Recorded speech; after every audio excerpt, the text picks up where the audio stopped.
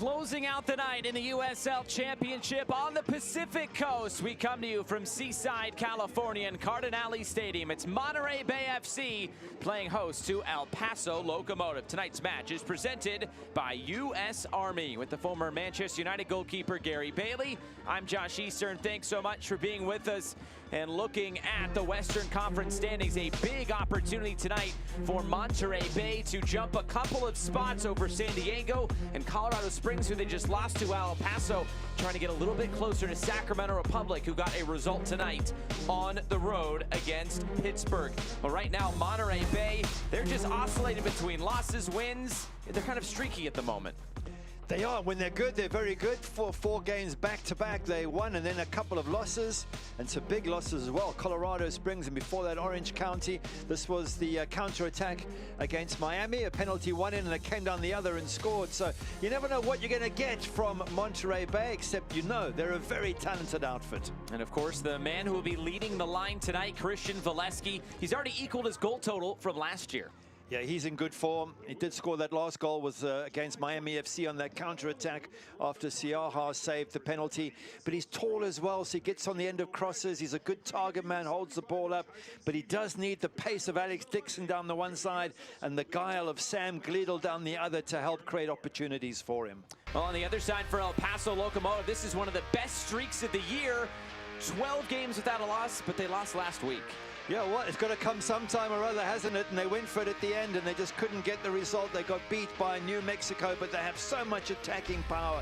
Aaron Gomez with his tricky, Lucho with his goals, and Nick Hines with pace down the left. And digging a little bit more into Lucho this year, 8 goals and an assist. He's really been the main man for this team. Yeah, again, very similar to Christian Valesky. Big and tall, strong, a very good target man, but what a finisher as well. Clever on the ball, holds it up really well, does the Argentinian.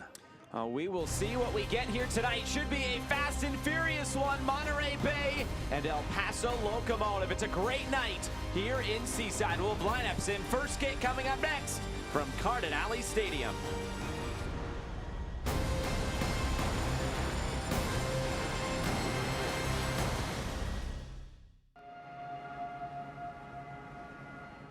I just can't believe it. I mean, this is... I'm crying. What a way to break through for Michelle Wee. Oh my God, I can't believe this is happening. You are beautiful. I really like you. It's been my dream since I was a little girl. It's the one that I've always wanted to win, so now I've done it and it just feels amazing.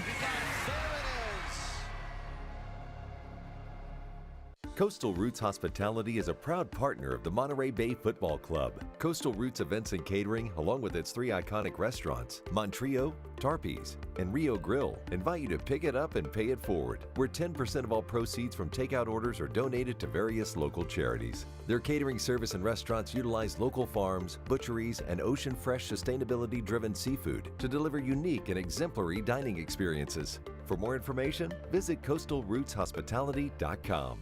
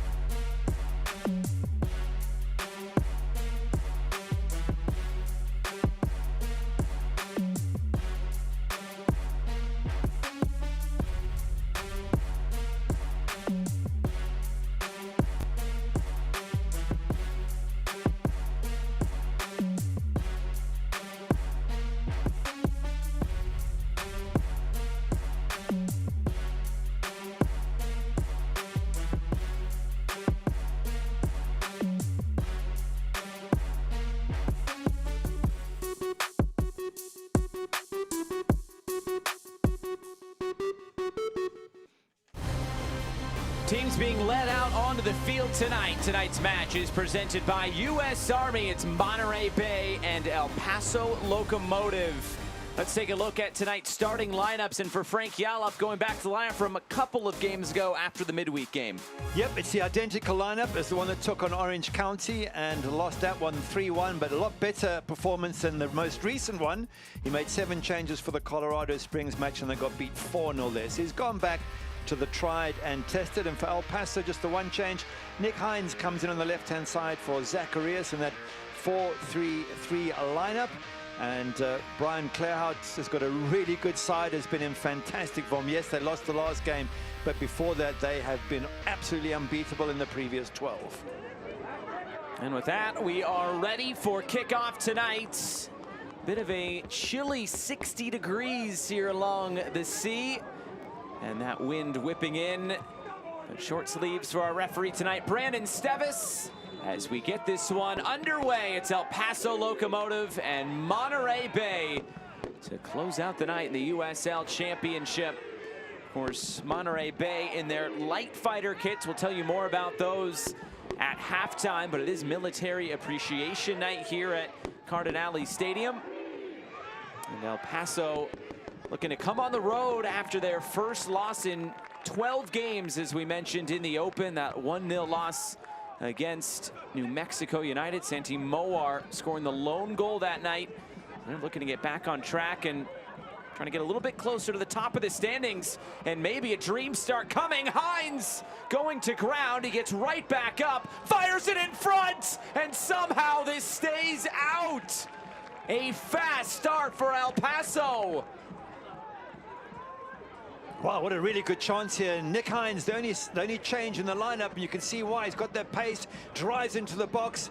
Now, there's a question mark about the penalty, but good for him. He gets up quickly, gets it into the box, scramble, and the ball knocked over. But a little bit of a warning for Monterey Bay. They're up against a really, really good side in this El Paso lineup. On this Monterey Bay side, unfortunately for Frank Yallop and company, they've really been leaking goals over the last two. The 3-1 loss against Orange County, then 4-0 out last time out against Colorado Springs.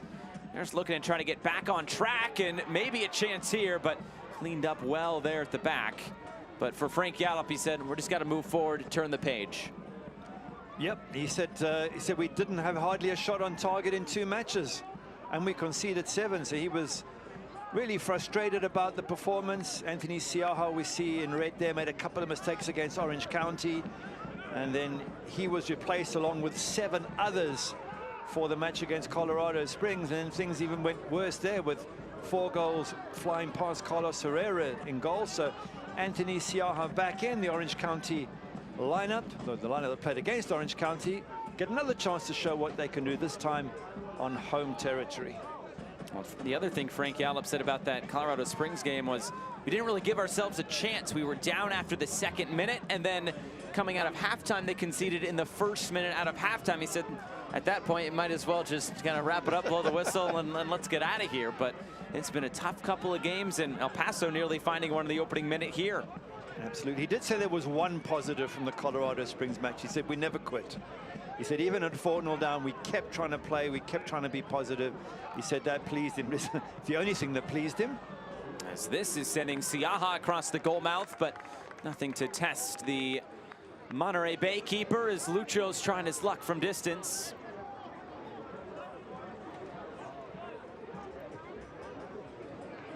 Yeah, this is an El Paso side that are, in fact, the only team undefeated on the road in the USL. 5 wins and 2 draws.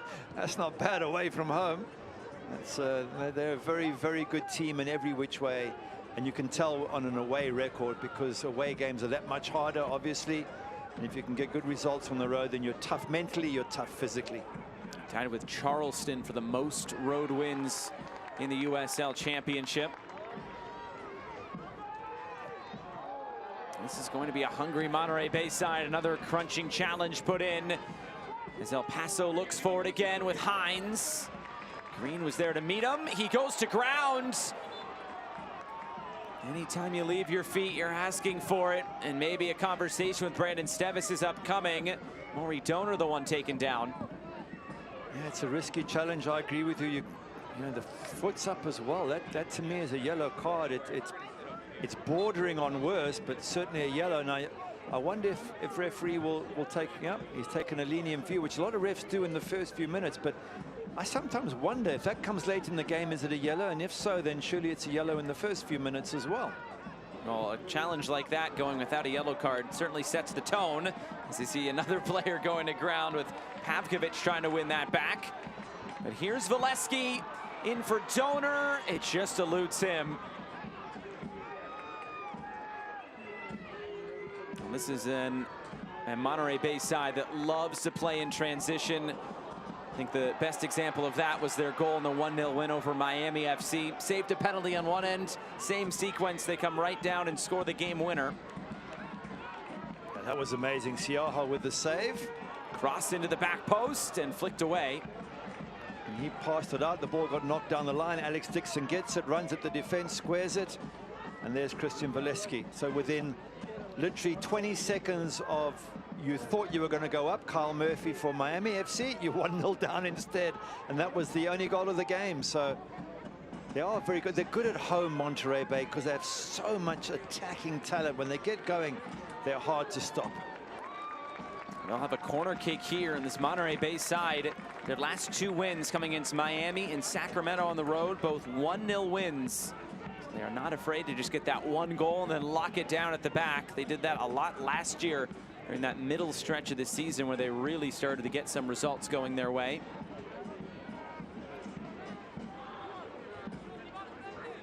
James Murphy will come over and take the game's first corner.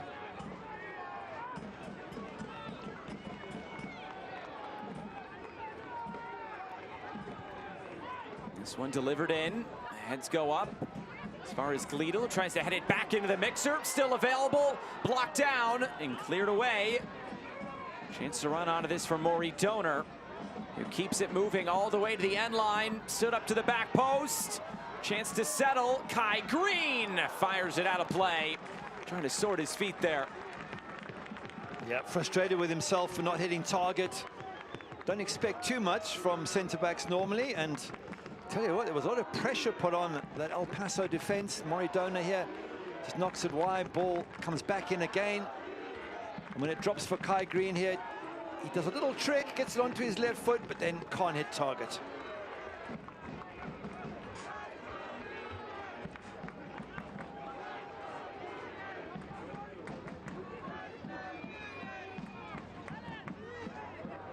Able to break a few lines. A Donor able to step in and win it back for Monterey Bay. Something for this El Paso side that they really weren't able to avoid this season was the slow start. They had just 1 win in their opening 7 matches. That was last season. This year, just 1 win in their opening 5 matches. But then, of course, we mentioned that long unbeaten run, 12 games with 9 wins and just 3 draws. But you just wonder if they were able to get off to a little bit of a better start. They lost their first 3 games this year. They could be up in first place right now. They're obviously just 4 points off the pace coming into play tonight. And they have really dug themselves out of a hole very nicely from those first couple of games. Oh, they certainly have. I mean, that's a fantastic run, 12 unbeaten. And you do think that when they get to the playoffs, and you have to say when, because I'd be very surprised if they don't, they're going to be a dangerous side for any, whether it's Sac Republic, whoever it is. I think everyone's going to want to avoid El Paso because they do have all the elements to make them a very good side. Kostashin in midfield has been superb. Of course, Lucha up front and Aaron Gomez, such clever attackers. And at the back, got Mark Navarro with his experience, only 2 years ago playing for Watford in the Premier League. So they bring a lot of talent and a lot of experience into this game to El Paso. And you mentioned El Paso in the playoffs. They have some playoff experience, making it to the Western Conference Final on 2 occasions.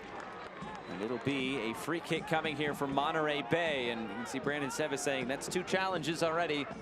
2 strikes, if you will.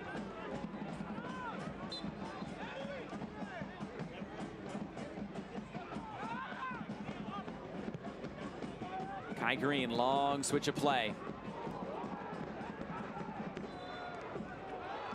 That's a foul against Monterey Bay. Well, I'm sure El Paso coach Brian Clarehout has insisted that his team score the first goal. In the last 4 matches, they've fallen behind in every one of them. El Paso, now they're good enough to dig themselves out of those sort of holes, but I'm pretty sure the coach would say, look, this is a trend I'm not enjoying. Let's see if we can get the first goal. We can build on those opportunities. There he is, Brian Clarehout. And to that point, El Paso, though, the second best in terms of points gained from losing positions. And they have a shot here that's taken in by Siaha. Good hands from Siaha. He made that look very easy, just plucked it out the air. That ball was coming through with pace. A little bit of a slip there by Hugh Roberts. And that shot fired in, and the big goalkeeper just grabbed it. You see the strike and the pace coming from Kostashin. And Siaha, well, he made a couple of errors against Orange County, but he's a good keeper, and I'm sure he'll be looking to put those mistakes right with a good performance here today. Here's Gomez. Down the line, Hines making the run, got the cross away, but too close to Anthony Siaha. Closed down quickly in the middle. Chance to hit this from distance. Rose moves it out wide instead. The cross all the way through. And out of play. Boy, if anybody's at that back post, it is 1-0 Locomotive. And good play by Liam Rose there, just getting turnover ball in the middle of the field and then running at the defense, looking for options. And there's Kostashin again, who tries to, as you say, find someone at the far post. Nobody there. Maybe he should have lifted his head to look for the white shirt, but again, El Paso very quick to close down Monterey Bay in the midfield and get that turnover ball and quick attack, counter-attack from that situation. I think we're in for a really good game here. Two fantastic sides, loaded with talent, and both wanting to play on the front foot.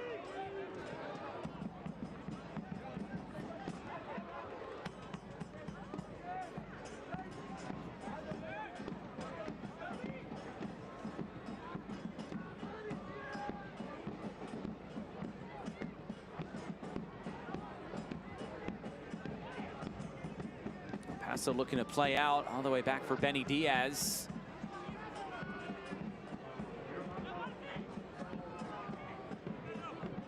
So run out of play. These two teams faced off last year. 5-0 road win, or pardon me, road loss for Monterey Bay. That was in El Paso. They did get the better of El Paso here at home 1-0 later on in the season. That was El Paso's first win of the year last year. And of course, Monterey Bay had that long stretch of road games to start the season, and that was maybe their ugliest loss, was at the hands of El Paso. This is played over the top. Lucho making the run. Siaha's come outside of his box. Still available here, Calvillo.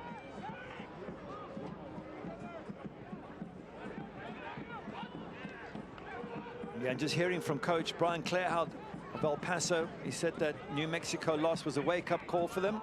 That's the way they see it. They're going to take the positives. Trying to get this all the way to the backside. Siaha did just enough to push that out of play. Corner kick coming for El Paso. The chance is coming very quickly here for El Paso from the start. That's a really good ball in, because it's sort of bending behind the centre backs from Borelli. And yet at the end, they're able to get a body on at the far post. Kostashin, and only a good save from Siaha. Look, Kostashin comes in. That's probably going on target, and the big goalkeeper blocks it. And he will take the corner kick all the way into the middle. It's a header that's on target, and again taken by Siaha. Definitely the busier of the two goalkeepers so far. Dixon, a self pass into space. Looked like he was pulled back there by Calvillo.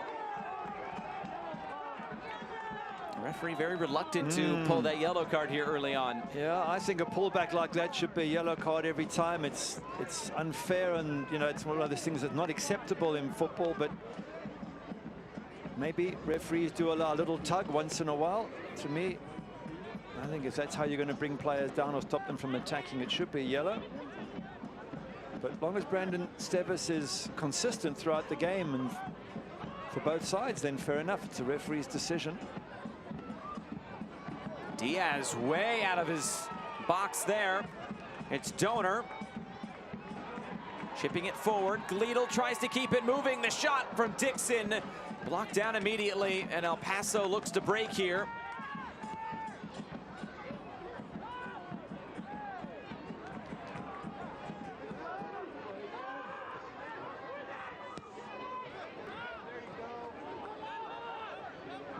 Play this in behind for the run of Gleedle. We'll run out of play.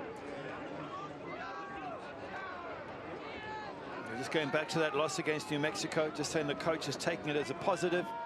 Did say, though, we didn't create enough chances in the match. And to be fair, they were going for the win in the 89th minute when Santi Moa popped up and scored the only goal of the game. So, again, El Paso don't sit around waiting for draws. They want to try and get the 3 points every single time they play. And that's why we're seeing here, this match is just end to end. It's been easy on the eye, at least from a neutral perspective here early on. In for Kostishin, who's been busy so far tonight. And that is cleared away. Now Murphy looking for Dixon as the outlet. Donor can keep it moving.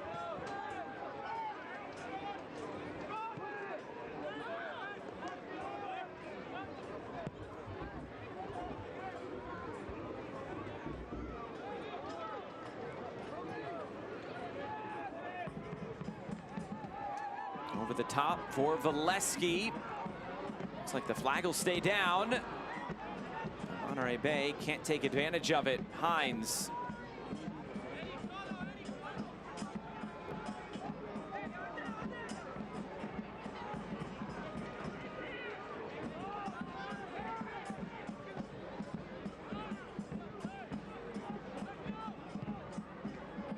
Rose gets that pass all the way off to the far side. It's a great intervention to win that one back, and a crucial one at that. Donor. It's like a basketball game, back and forth. It certainly is. Positive from both sides. Donor. Into the back post, and just too tall for Valesky. It was the right idea there from Monterey Bay. Execution just a bit off. They threaten from both flanks to Monterey Bay with a Sam Gleedle or Donor coming up as a wing back. Lovely ball in, you're right, just maybe a foot lower, and he was in there, Christian Valesky. You've got Alex Dixon down that right-hand side. You've got Wilmer Martinez down the left as a wing-back. So you've got options both sides for the home side, Monterey Bay. Green able to win this back high up the field. Gleedle. There's Wilmer Martinez.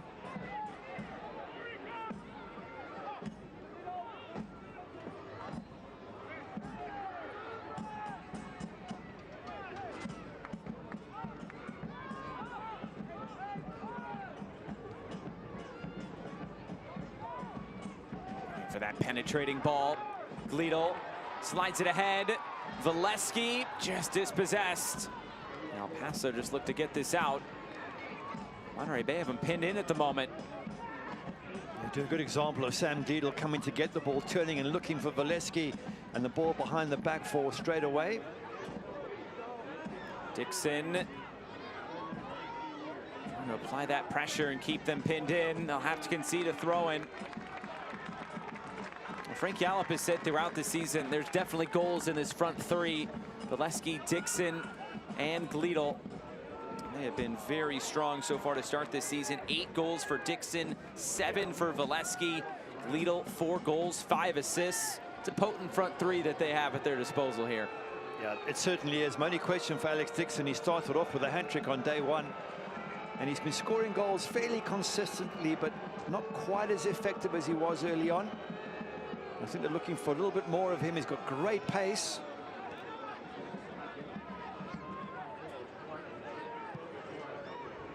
Pavkovic looking for that pass off to the far side. It's broken up by Martinez. That was good high pressure from Monterey Bay there. They were forcing those center backs into quick kicks. Really have the El Paso defense under some pressure here. Donor able to turn the corner. Maury Donor's cross.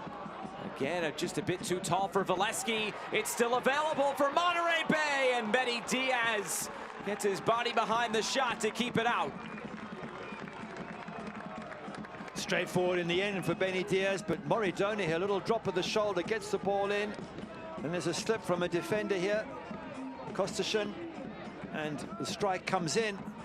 but it's straight at the goalkeeper. He's well positioned.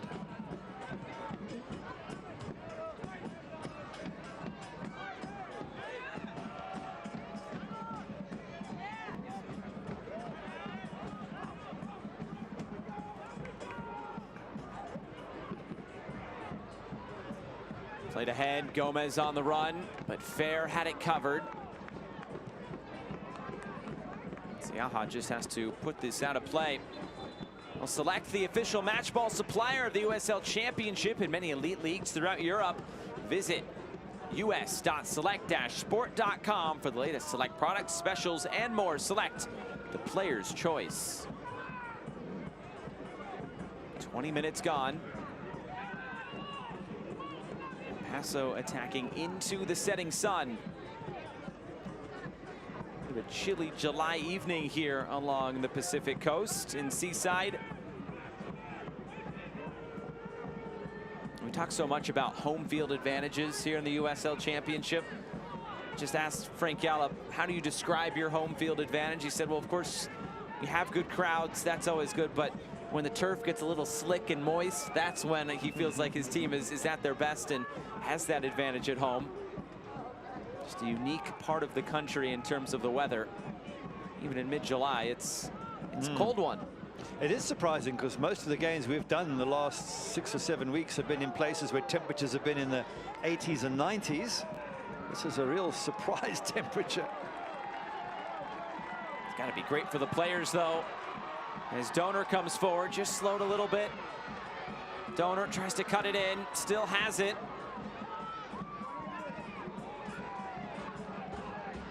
It's a stubborn El Paso defense, isn't it? Only conceded 17 in 16 games. That's the second best in the West behind Sac Republic. So a very hard side to break down. You can see just over a goal per game, 1.1. Do have 5 clean sheets, which is good for tied for 8th across the league.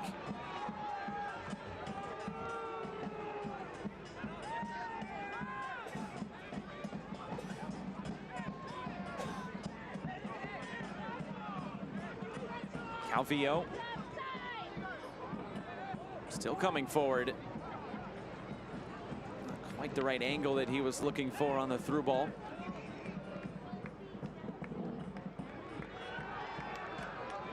Maybe an outlet here for Monterey Bay. Gleedle's just weaving through. Finds the oncoming Dixon.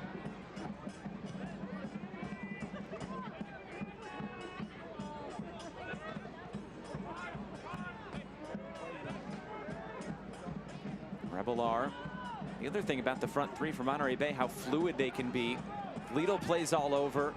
Frank Yallop said Valesky may be not a true number 9, but he's learning to play with a couple of players just underneath him in Dixon and Gleedle.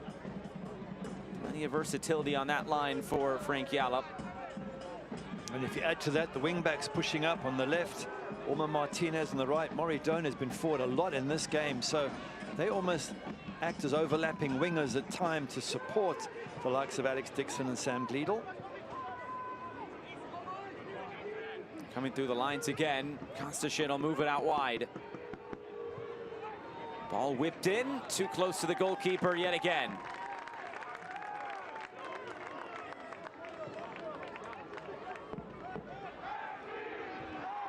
If they keep this pace up, they're going to be tired by the end of the game because it just literally flies from one side to the other, one end to the other. Players are having to get back, defend, get forward, attack on both sides. It's a pace that you feel they're going to have to slow down at some stage. It's very difficult to keep it going. Although, as you say, the temperature isn't that hot.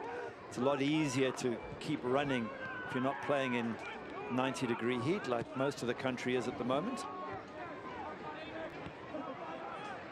Some coaches call this weather run all day weather, maybe a little bit cooler even. Center back coming forward, and Pavkovic. Now El Paso can settle it with Hines. Yeah, Hines was dangerous first few minutes, got into that great position and whipped one across the box. And they nearly got something from it. But since then, Nick Hines has been pushed back into more of a defensive role. If El Paso can get him forward again, he can threaten that Monterey Bay defense.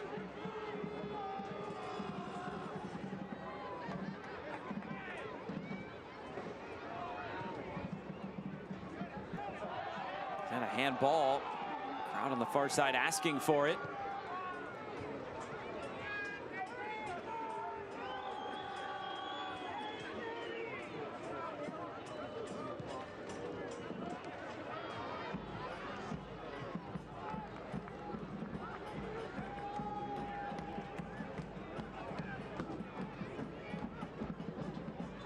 I mentioned what this game means in the standings for both teams. San Antonio getting a big win last night against Memphis. Memphis has now been outscored 10-0 in their last 2 games. Wow. That moved San Antonio in his second spot. El Paso slotting in just behind them.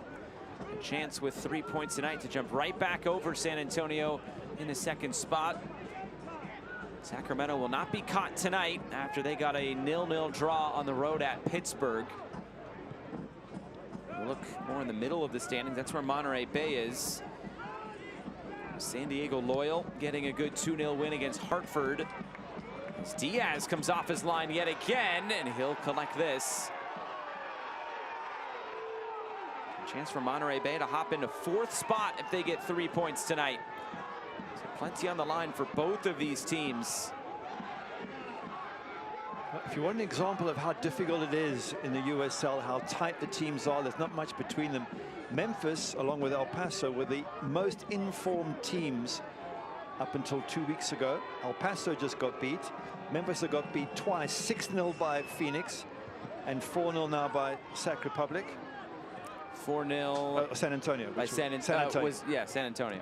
And so 10-0 in 2 matches when you're one of the informed sides.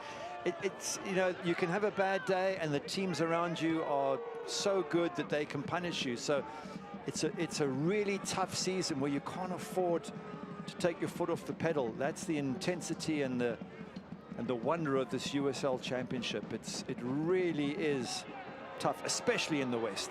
And Frank Gallup talked about it. The travel in this league, it's tough, and you got to bring it each and every game.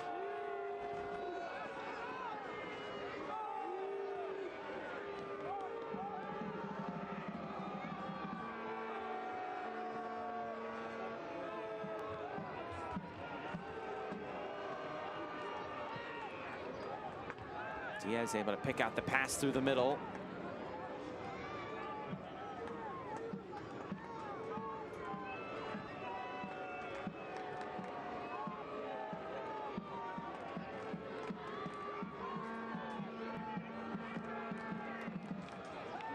Looking for options. They're patient enough and able to find it. And now plenty of space to run into. Here's Rose. Hines. Nick Hines throws on the brakes and cuts it back. Borelli.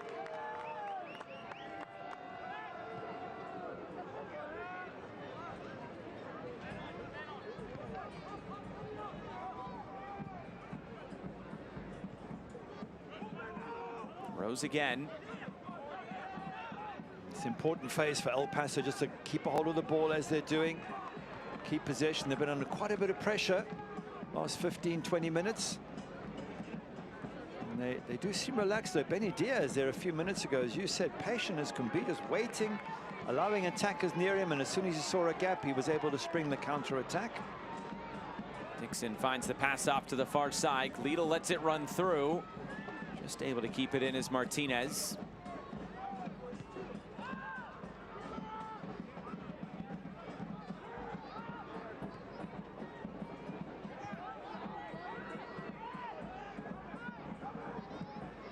Roberts.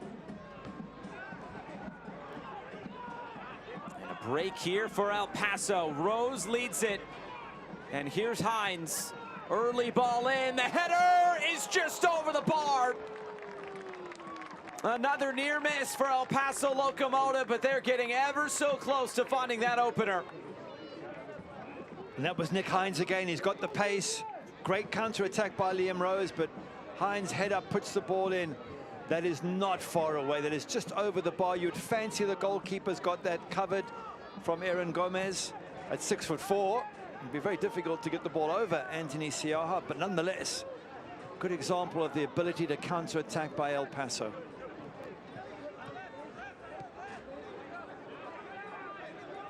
That's what makes this game so interesting. Both these teams so dangerous in transition, as we've seen from El Paso and we've seen in the past from Monterey Bay.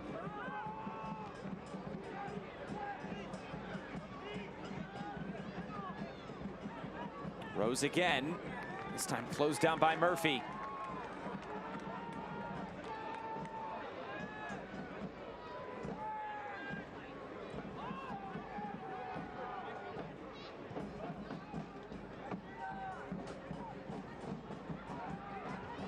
Ball runs out of play. Well, don't miss a minute of the action in 2023, whether your club is on the road or at home. Catch nearly every second of USL Championship action on ESPN Plus, the home to the USL La Liga, the Bundesliga, UFC, and more. Sign up today at plus.espn.com, and you'll get to see hats like that man you just saw a moment ago.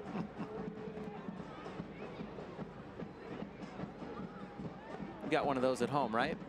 Yeah, likely.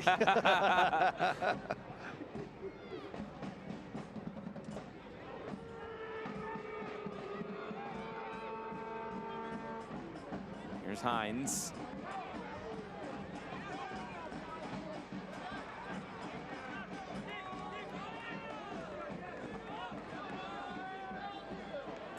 "30 minutes gone." Maybe a bit of a surprise. You don't have a goal already in this game, especially for the chances that El Paso's been able to create. Ball that somehow stayed out in the opening minute.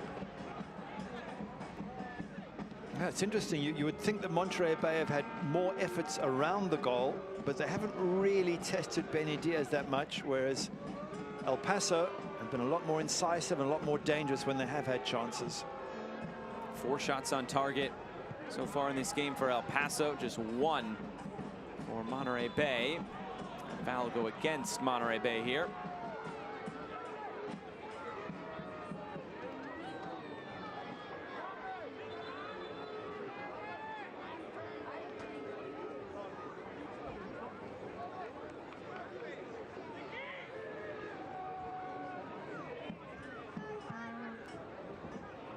Diaz. His distribution has been good at times. That one, though, off the mark, looking for the run of Gomez. Come on, Union fans, make some noise, get loud,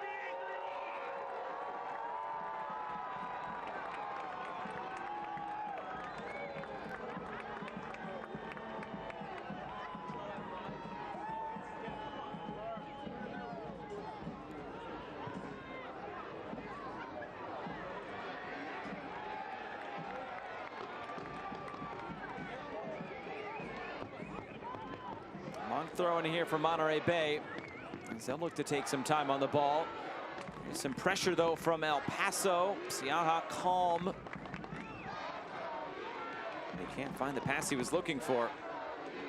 Well, the good news for Monterey Bay, they do have 4, including this one, of the next 5 at home. And Frank Yellop was telling us about the stresses of travel, and he said to be back on the pitch, as you say, the pitch where it's a little bit wet, and the crowd that are behind them could really see them fly up the table. I'm not saying it's easy. I mean, they can see already against El Paso it's tough, but at home you have every chance.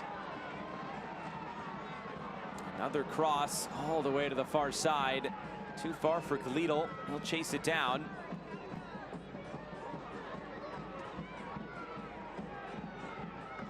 Sliding challenge. Rebellar trying to get back onto it. Referee was going to blow for a foul, but he was able to muscle his way out of it. And now something here for El Paso. Roberts came over and just slowed down that counterattack. You look at these two teams, and just 4 points separate them coming into play tonight. Win for Monterey Bay, and they're right up towards that top of the table. Absolutely, but as you said, it was a slow start for El Paso in that 12-match unbeaten run. I think they showed that they have real quality to go away from home, get wins, to be the only team undefeated on the road. That just, it talks of having something a little bit special. And there is the first card. Yellow card against El Paso Locomotive. I believe that's Eric Calvillo.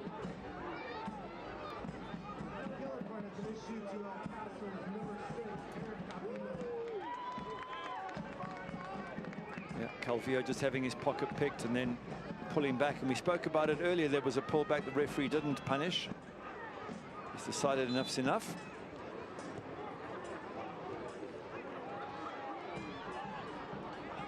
Calvillo wins it back. There's that pass right through the middle. Lucho's making the run ahead. Sliding challenge put in by Green. I think Lucho was in an offside position. As Monterey Bay comes forward again. Donor. This time the cross is on the mark, but it's a heavy touch by Gleedle. Good cross from Maury Donor, and you're right, St. Gleedle's got to have a better first touch. He had options in the box there with Valesky, but can't bring the ball under control. And credit Kai Green with his good tackle that started the whole attack. He had a rather poor match by his high standards against Colorado Springs. Gave away a penalty, got caught at the near post for the first goal. And overall, it was a very unhappy match for him. So he'll, as with Siaha against Orange County, Kai Green looking to play well today and try and make up for a poor last performance. The referee thought about it for a moment and is a handball against El Paso.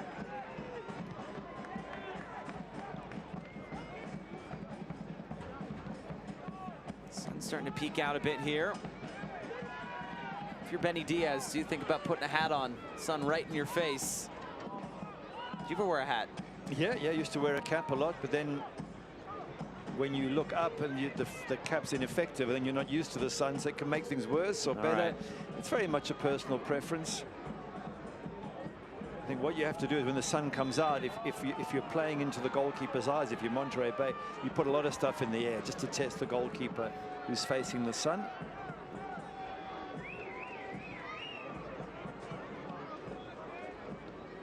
Foul against Revelar.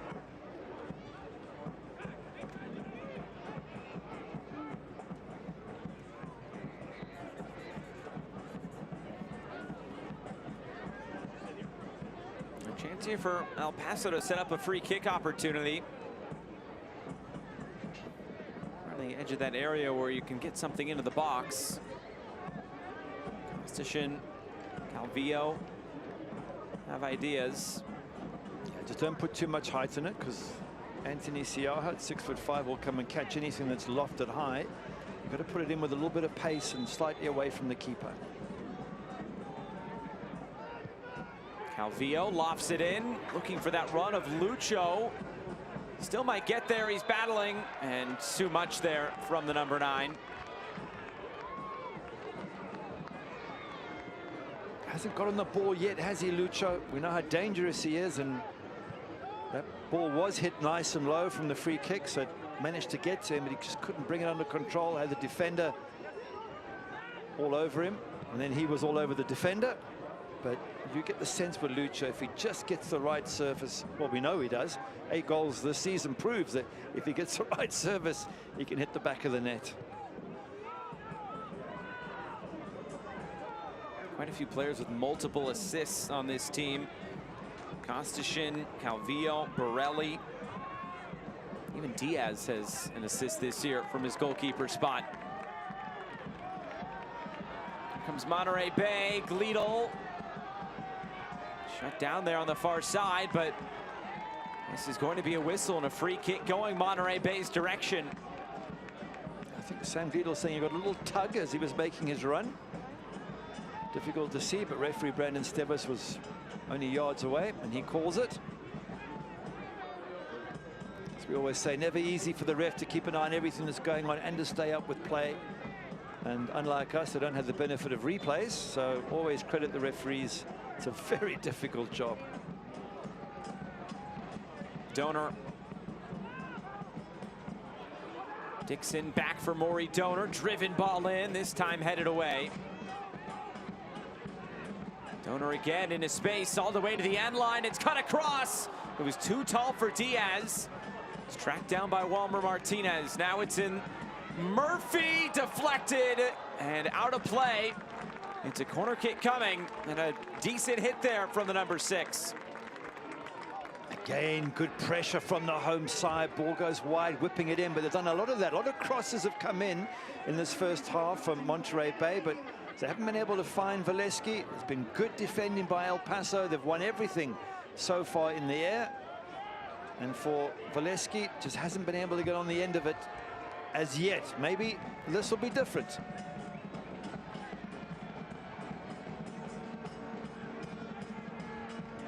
As the cross comes in, the header is away. Martinez lofting it forward again. Diaz is there, and he'll look to distribute quickly. And they had a man running free, and it was the last man to step in. Maury Donor.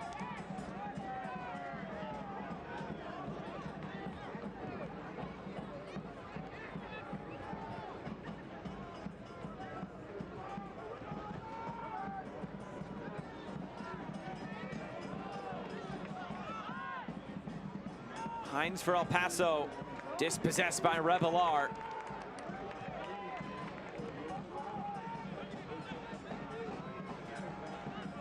Donor again. It's been a busy first half for Maury Donor.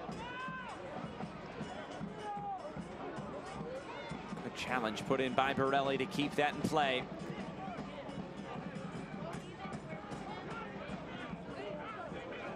Station turning it back, pestered by Moby Fair.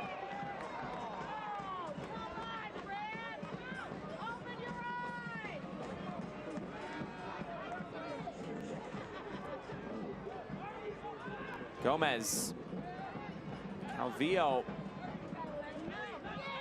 I mentioned Benny Diaz playing out the back. He really does hit some good balls, and they break that pressure through the goalkeeper, and then they get on these counter attacks.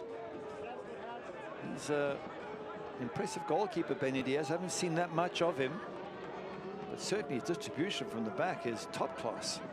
Made 13 appearances on loan from Cholos last year at Oakland Roots. Again, a loan spell here at El Paso. He's played now 14 matches this season. And a yellow card, this time going Monterey Bay's direction. And that should be to Adrian Revelar. I think with a little tug from Revelar. So now the Tugs are getting yellow cards. They didn't in the first few minutes. The referee was lenient. Yeah, it's a small little pull on the hips, but enough to slow down the move and pick up that yellow. Don't forget, a NorCal rivalry takes center stage when the USL and ESPN continues next Saturday. Alex Dixon and this Monterey Bay side go up against Oakland Roots. Saturday, July 15th, 10 p.m. Eastern on ESPN 2. That is the next game up for Monterey Bay. Oakland, a tough loss on the road tonight against Tampa Bay. It was a Cal Jennings hat trick. Got the job done for the Rowdies. That's a great flick. But it was Roberts to step in for Monterey Bay.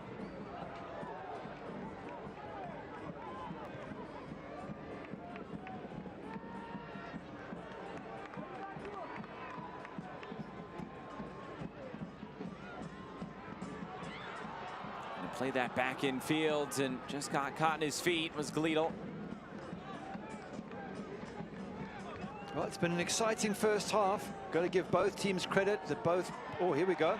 Trying to catch the keeper off his line. Diaz was there. James Murphy with a cheeky attempt there. It's worth a try. Why not? The other option was just to run. If he got the ball, he had some real estate in front of him. He could have had a run at Benny Diaz, but thought he might catch him off his line. But just saying, both teams have been positive. Both teams have tried to create opportunities through the middle, out wide. Rose flicks it forward, looking for the run of Gomez. And you do get the sense, even though we haven't had a goal in the first half, that something would have to give second half if these two teams keep playing like this.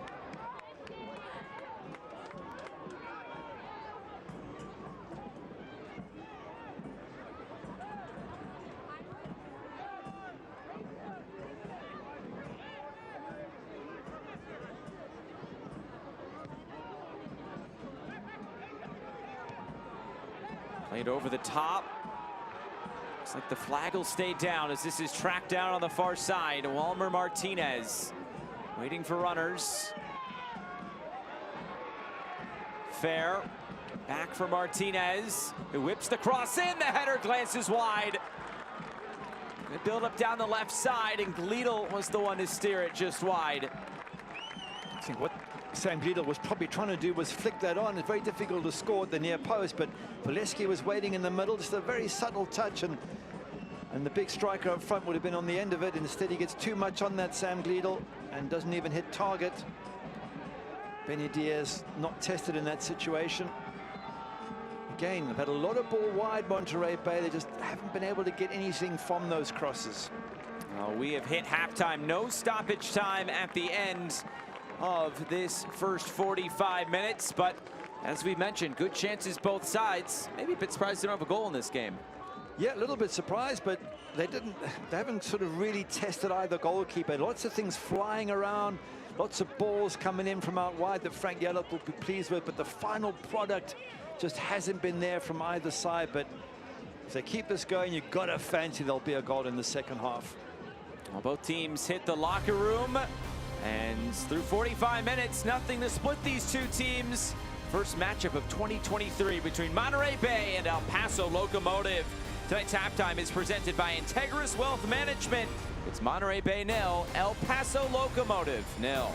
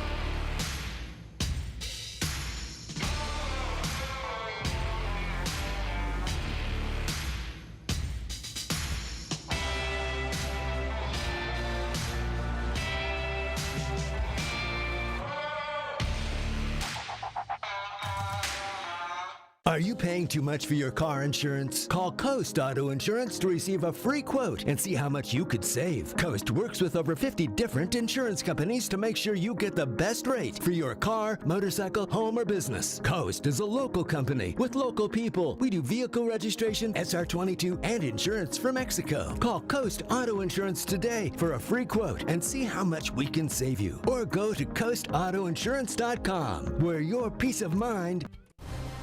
Halftime here as the sun begins to set in Seaside, California. No score between Monterey Bay FC and El Paso Locomotive FC. Well, tonight, of course, it is Military Appreciation Night here at Cardinale Stadium, and the light fighter kits that Monterey Bay are wearing tonight are an ode to the U.S. Army's Light Fighter Division 7th Infantry that occupied Fort Ord before it closed down in 1994. This stadium is built on the old grounds of Fort Ord, so this Military Appreciation Night and these jerseys are very important to the club and to the community surrounding. And you'll see the June yellow is one of the colors in the original brand package for Monterey Bay, and it was created as a nod to the sand dunes here on the peninsula. And these kits were the chance for the club to formally introduce this color, as black and yellow are the colors of U.S. Army, and that is the, of course, presenting sponsor for tonight's match. But here at halftime, Monterey Bay and El Paso Locomotive, nothing to split these two sides. The second half is coming up as halftime is presented by Integris Wealth Management. Are you ready? Ready for more of the game you love? Ready for more players and more teams? Ready for more stadiums, for more fans in more cities? This is a different league. The USL Super League. Built for the future of women's soccer, bridging the journey from youth to pro, connected to the global game, and bringing it all closer to home. Are you ready?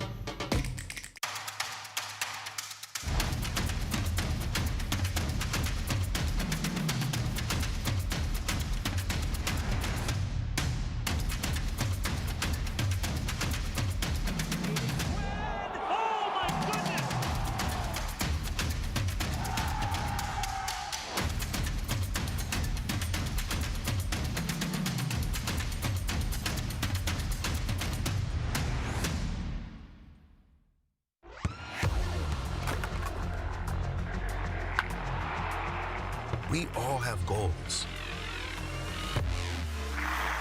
But let's be honest. Most of us aren't going to be professional athletes. But if your goal is to finish your degree, we can help. Come to a university that puts your goals first. Bellevue University, your partner in finishing goals. Slide this in behind. Now it comes for Valesky. Tries to leave it there for Gleedle. Sam Gleedle. It's a tap in for Christian Valesky. And Monterey Bay are absolutely flying tonight. Bomasoso. Right through the middle, Johnny Rodriguez. Rodriguez scores!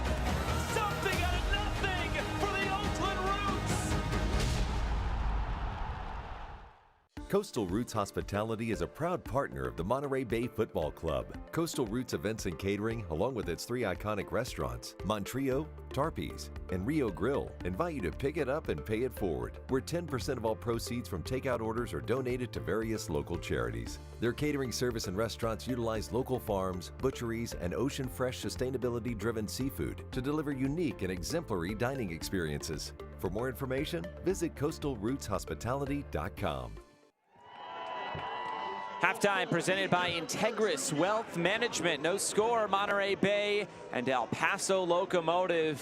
One of the last games on the docket on this Saturday night in the USL Championship, and just about past the midway point of this USL Championship season. But Neil Collins farewell, and he leaves the club. They still win 3-0 tonight, but he will leave a lasting impact on that team. Oh, big time. I mean, they were so successful under Neil Collins over, what was it, 4 seasons he was there, reaching the playoffs multiple times, reaching the final couple of times as well. Wish him good luck at Barnsley. It can be a big club, Barnsley, and they're in League One. That's the 3rd tier in England, so it's a real good testing ground for him. If he does well there, then who knows where we'll see him next. And of course, the Riverhounds, they got another result tonight, so that's up to 11. And of course, the USL on ESPN2. Next up, Monterey Bay and Oakland Roots. That is next Saturday. But there are plenty more good games coming up. Colorado Springs and Tulsa. And then, of course, going to be a double dip on August 19th. Detroit and Las Vegas, that first game up. But Copa Tejas as well. Yeah, and Monterey Bay against Oakland Roots. That's an important one for Monterey Bay. It's is that a local derby, would you call it? Yeah, I think we can call it that. Northern California. Yeah. Form a nice little trio with Sacramento Republic as well. Looking at the standings, though, in the Western Conference, and I mean, it is just so tight right now. It's incredibly tight. Phoenix Rising have gone down to 7th place. They look like they were flying up. New Mexico has jumped over Oakland Roots. Orange County, they've had a great run. I think it's 4 wins in the last 5, so anything's possible from them. You can go up like San Diego, you can slip down. I don't think anyone's, other than maybe Sac Republic, are guaranteed a playoff place. I think even El Paso and San Antonio, if they have a bad run, they can get caught very easily. So everything is just Las Vegas Lights are too far away now to make it, and Sac Republic, I think, are pretty much a shoe-in. The rest of it, they're all fighting for the remaining places. A lot still to be figured out in the Western Conference. Halftime is presented by Integris Wealth Management. The second half between Monterey Bay and El Paso coming up next.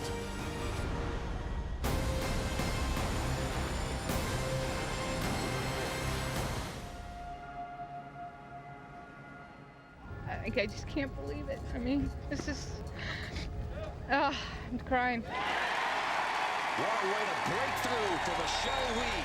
Oh my God, I can't believe it's happening. You are beautiful. I really like you.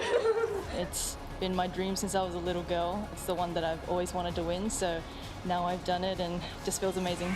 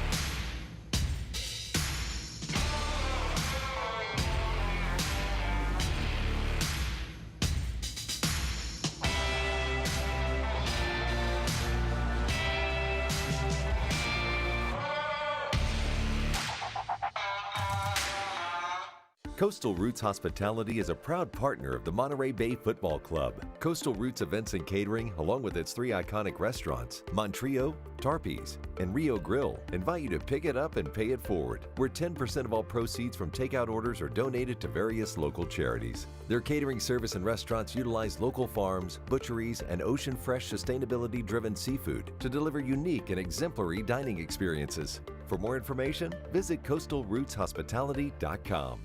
Are you paying too much for your car insurance? Call Coast Auto Insurance to receive a free quote and see how much you could save. Coast works with over 50 different insurance companies to make sure you get the best rate for your car, motorcycle, home, or business. Coast is a local company with local people. We do vehicle registration, SR22, and insurance for Mexico. Call Coast Auto Insurance today for a free quote and see how much we can save you. Or go to coastautoinsurance.com, where your peace of mind is guaranteed. Back here, Cardinale Stadium. No score, Monterey Bay and El Paso Locomotive. Halftime presented by Integris Wealth Management. As we get you set for the second half, let's look back at the first half. And how about in the opening minute? This may be the best chance of the game for El Paso. Yeah, Hines on that left-hand side. He's going to get the ball back. He's got pace, whips it in there, and I think it's Aaron Gomez. Firstly, there's a call for a penalty not given, and then I think it's Aaron Gomez the ball drops to. Then he just clears the bar with that. Have a look there. He tries to hit it early. Just can't keep it down. So right from the get-go, El Paso on the front foot. Then a long ball knocked forward and a slip there from Captain Hugh Roberts. And that's a good strike from Aaron Gomez again. Goalkeeper does well to get it. In fact, it was Kostashin. Keeper does well just to pluck that one out from Kostashin there. Siaha seems to be all the team in white. Borelli with the ball through. Kostashin again at the far post, and again Siaha standing up big and strong, getting his body in the way. There was a few chances in between for the home side as well. They got a lot of crosses into the box. This one, Moridona here gets knocked up very high though. Difficult to do much with it until Kostashin slips and Sam Gleedle gets a shot straight to Benny Diaz. And then there was still more to come before the end of the game. Again, visitors on the front foot. They definitely were more threatening in attack. Hines, early ball in, header coming in from Aaron Gomez, and that's just over the bar there. I think pretty much Anthony Siaha had that covered. And still more to come, this time from the home side. Ball goes out wide, gets whipped in. Sam Gleedle with a header, which if he doesn't get quite as much on, it might have flicked on to Valeski in the middle. It gets too much on it, and it goes past the post. So plenty of action there in that first half. The shots are even, possession's just about even. There hasn't been a whole lot to split these two. Yeah, but I think the XG is much higher for El Paso. They've threatened more. In fact, it's 0.25 for the home side. It's 1.42 for El Paso. So basically what it's saying is that their chances were better. They had more chance to hit the back of the net than possibly should have done. But certainly Monterey Bay will be looking to change that in the second half. As we welcome you back here to Cardinale Stadium, Seaside, California, with Gary Bailey. I'm Josh Eastern. Thanks so much for being with us tonight. Good crowd on hand here at Cardinale Stadium. A busy weekend as well in the area. The U.S. Women's Open is just up the road at Pebble Beach. With some Saturday night action here at Cardinale Stadium into the setting sun, and a great crowd on hand once again as they are back at home for 4 of the next 5. Well, plenty of home cooking coming here for Monterey Bay, but it all starts here tonight against an El Paso side that has been in great form. Just 1 loss in their last 13 games. Let's see if they can get things back on track here tonight as we are underway in this second 45 minutes. Frank Yallop said the start of both halves very important, need to be locked in from the very beginning. Conceding last game in the 2nd minute to Colorado Springs, and then in the 1st minute out of halftime as well in that game. They seem to be a bit more solid defensively here tonight, and Frank Yallop said Our football didn't really change in either of those two losses. It was just a bit of lackadaisical defending, a few moments where we just switched off. They're looking much more up for it here tonight.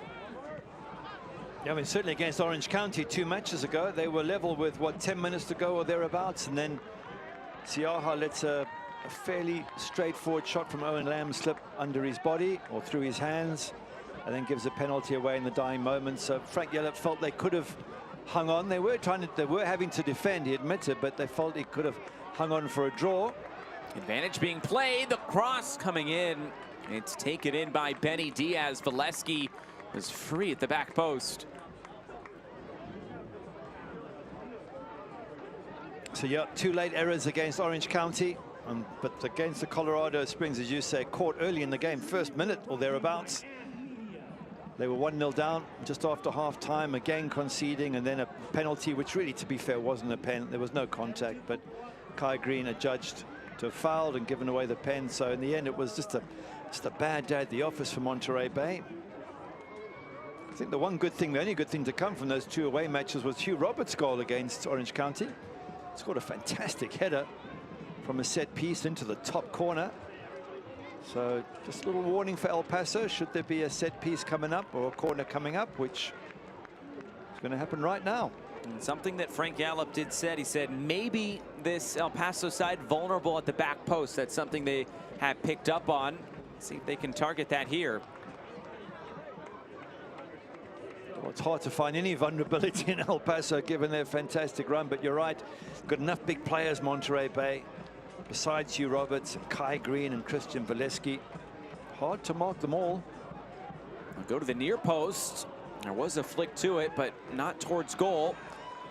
Gleedle covers so much ground and beats Hines to it.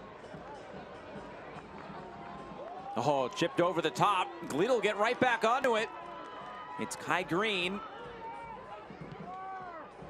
Fair moves it across. Murphy keeps it moving. Dixon is looking to connect there with Valesky. Swept clear. Just wonder with Alex Dixon whether he shouldn't be running at the defense more. For Murray Donor, I get that his strength is whipping the ball in, but Alex Dixon, it's about pace and trickery. You want him on the edge of the box, taking on defenders.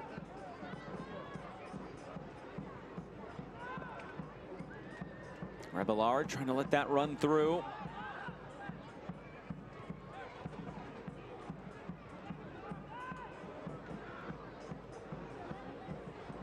On the way into the corner, Borelli concedes a throw-in.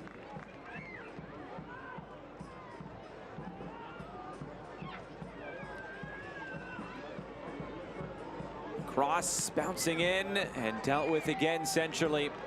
Those 2 center backs, McHugh and Pavkovic. It's been tough sledding for all of those forwards up top tonight for Monterey Bay, going up against those 2.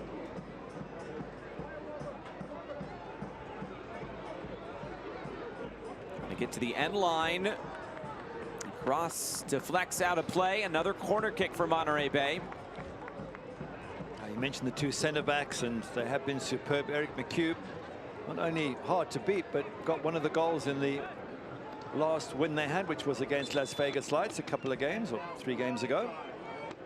So you got a center back who can score and stop goals being scored against, and you have a very special center back in Eric McHugh. I believe that is Borelli who was down, and he was the one that went to go block that cross. You'll see it here.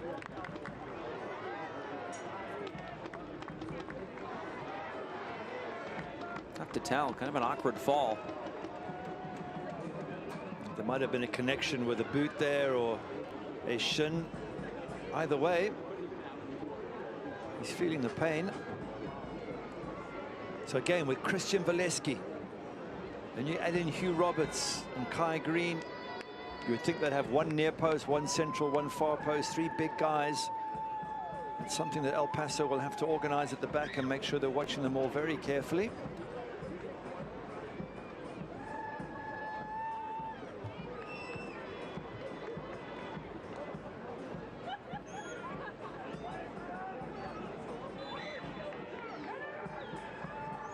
It's played towards the top of the area.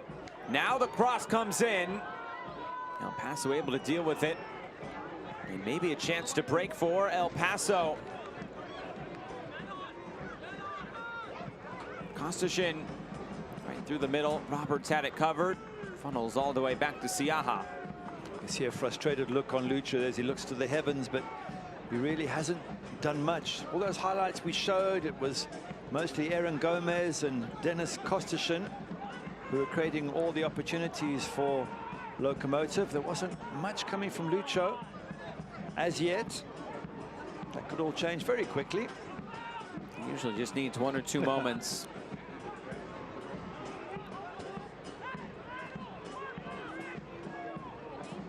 Pavkovic was trying to slide that forward, and now he has to race back into position. Dixon picks out Gleedle. Gleedle tries to cut it in. It's chipped over the top. Martinez.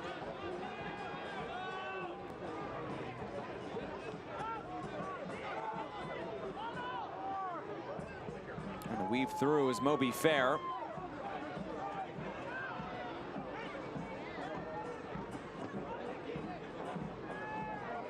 Hines able to fight his way through and slide it ahead for Lucho. It brings him off to the near side. Back heel that Roberts denies. Calvillo, the square ball for Gomez. The cross comes in towards the penalty spot. And nothing doing there for Locomotive in the end. Kostashin unable to do much with that ball coming in, but nearly a great back heel from Lucho to Kostashin. He was through, and the ball, that pass just cut out by Hugh Roberts, but some great bit of awareness from Lucho up front. Have a look here. You can see the run there. Look behind him. Kostashin running through, and Hugh Roberts just in time cuts that out.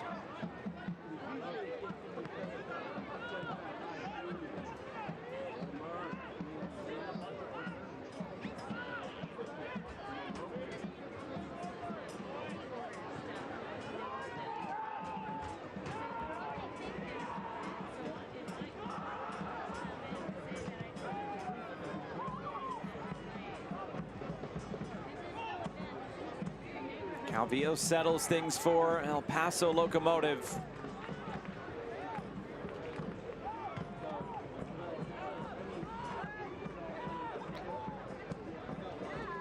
They were coming not too far away from the time when coaches start looking to their bench, and for Frank Yallop, he's got some nice choices there, or options. Chase Boone, fresh legs off the bench. And a yellow card here against James Murphy. He was not convinced that that was a yellow card infraction. We'll see it here.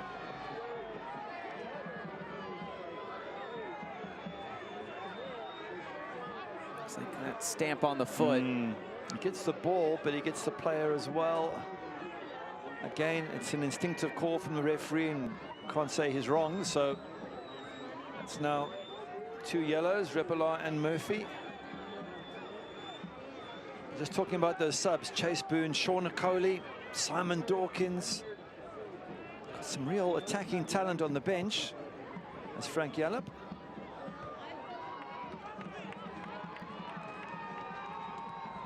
Looking to play that in behind, but it was blocked down.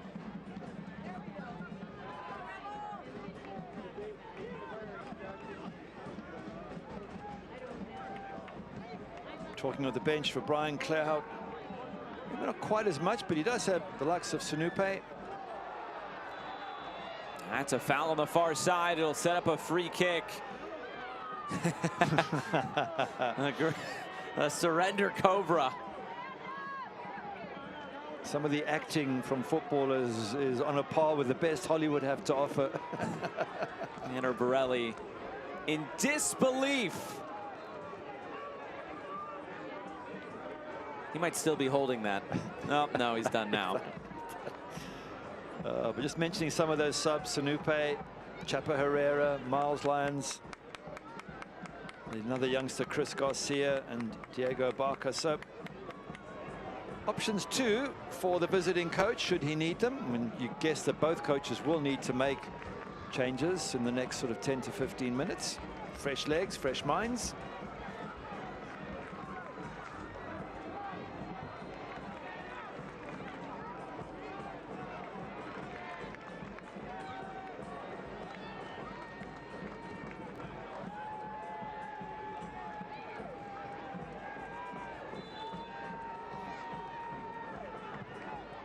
Long cross coming in, it bounces. And comes all the way into the corner.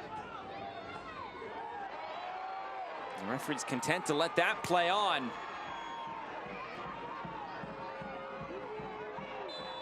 Kostashin tripped up. It is another yellow card. This one to Moby Fair.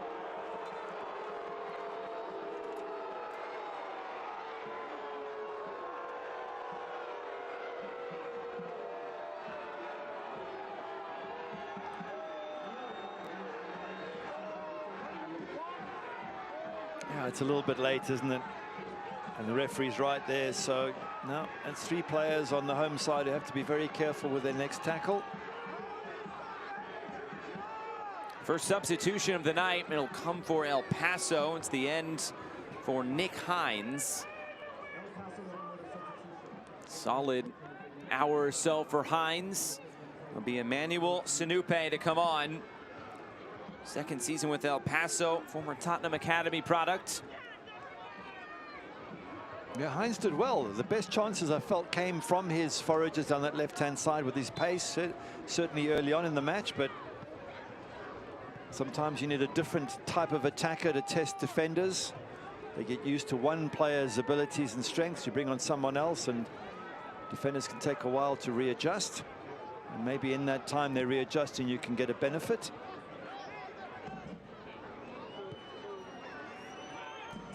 Here's Navarro trying to whip this ball in. Kind deflection, and it's skied over the bar.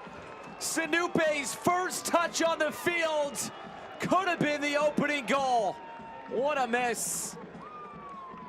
Could have been and should have been. I mean, that ball is dropped perfectly for him. Lovely ball in from Navarro, the former Watford man, putting a lovely bend on it, and doesn't get dealt with properly by Hugh Robertson. You've got to hit target. It's one thing if the goalkeeper, Siaha, makes a great save, but just sticking it over the crossbar from 6 yards with no pressure, got to do better than that. It was unfortunate there for Hugh Roberts. It just bounced heavy off his chest. The first big chance of this second half. And boy, should that have been taken for El Paso. Well, they've had a lot of chances now. If you look at their XG from the first half, and that miss there, if you're Brian Clarehout, you've got to be thinking, we should at least be one, maybe more up in this match. They've defended really well. They haven't given Monterey Bay clear-cut chances. And the question is, will they be made to pay for it? It just takes one moment of magic from this talented Monterey Bay attack, and they could get the goal they're so looking for. Donor cuts it in. Rebelar keeps it moving. Walmer Martinez. Martinez plays the square ball, and it went all the way through. There's a chance there for Gleadle, and he let it keep on moving. Here's Sinupe again. Slides it forward. Kostashin. Got caught in his feet. He still has it, though.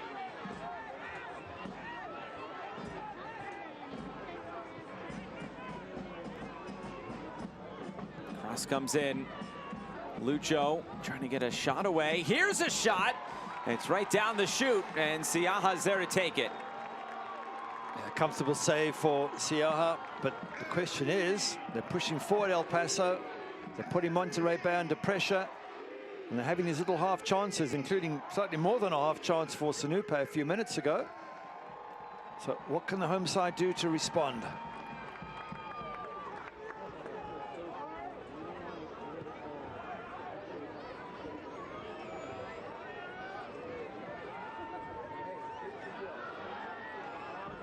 Ball stays in play along the far touchline. Monterey Bay able to retrieve it again.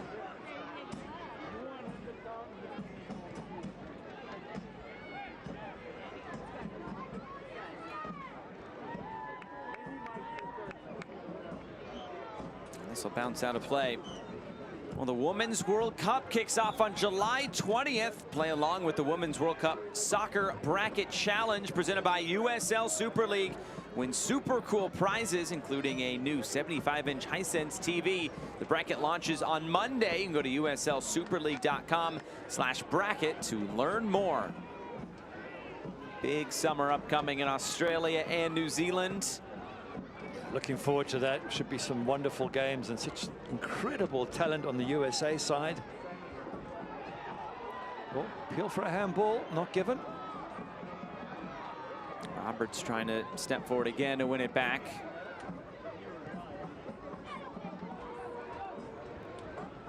This game very much still hanging in the balance, looking for that opener. Well, Paso have had probably the two best chances of this game.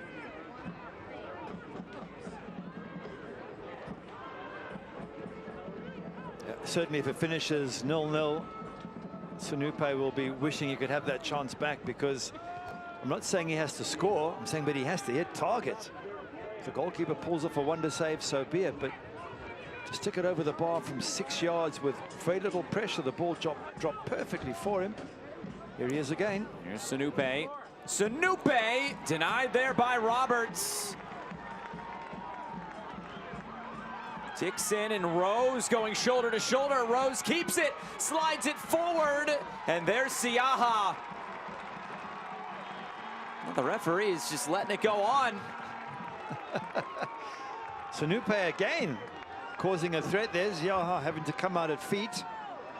I thought it was a foul. I thought he had his hands all over him there, Liam Rose, but referee was right there. Look at the goalkeeper comes out, and who is it? Sanupe once again. Those fresh legs, fresh mind. He's really been a threat since he's been on the pitch.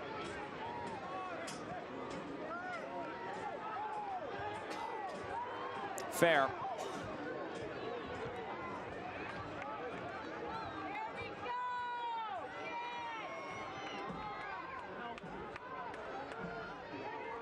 Cut back again.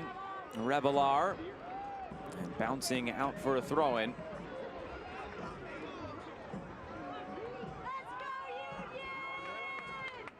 Looking to slide this through for Valesky. And it did take a deflection out of play, so it's a corner kick. I thought Diaz would have come to take that. Instead, let it run out of play.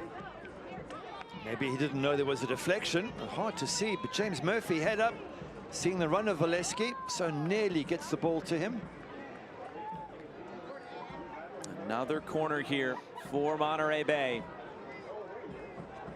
Murphy delivers. Chance to hit this from distance, and running onto it was Adrian Revelar. Diaz wants to go quick. Has Lucho all the way up there. It's flicked along. It's Gomez. Aaron Gomez hands it off for Sanupe. Kostichin was asking for it. Instead, Sanupe went for it himself. He had Lucho at the far post, had a bit of space there. He was appealing for the ball. Sanupe felt that he could do something from the edge of the box. Very quick counter-attack. So impressed with Benny Diaz and his ability to pass the ball out of defense and to start these counter-attacks going really quickly. There's one assist coming against Louisville City in that 3-0 win back in March. As the corner comes in, Roberts up to flick it away. Kostichin again, cuts it in. Dennis Kostichin trying to go for that curler. You saw the idea. Yep, he had the picture in his mind, top corner, Bender, just couldn't quite get the right angle on it. But again, credit El Paso, away from home, taking the fight to Monterey Bay. No wonder they're unbeaten on the road this season. The only team in the USL, by the way.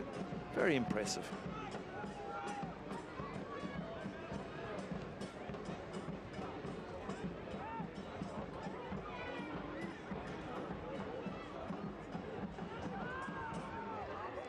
fact, just wondering about that Costerson shot. It was the match against Tampa Bay where he hit it from 30 yards out. Screamer of a strike, so he can find the back of the net from outside the box. Trip there. Green going down.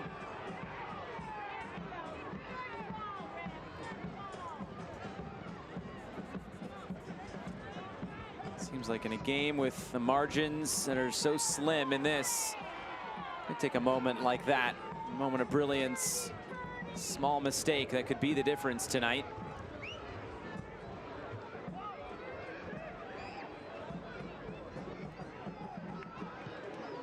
Murphy, the ball, the diving header is over the bar.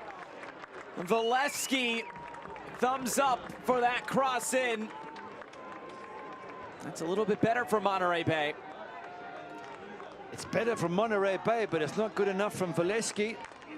He's got there, he's got no one marking him. Again, got to hit target. I know he seems to be aiming for that top corner, but make the goalkeeper work first and foremost.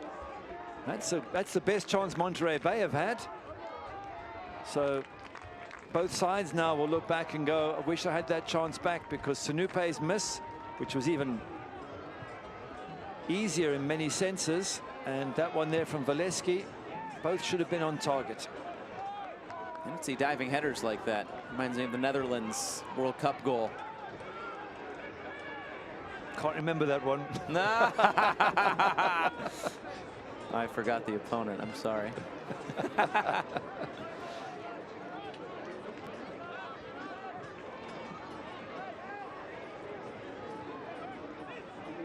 Here's Rose.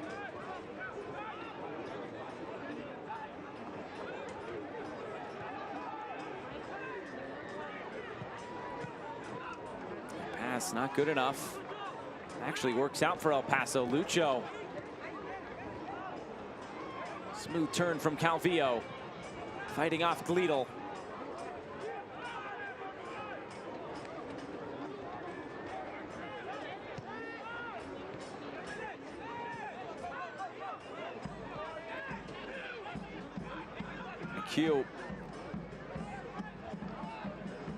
McHugh just able to tightrope walk that touchline, rolls it in.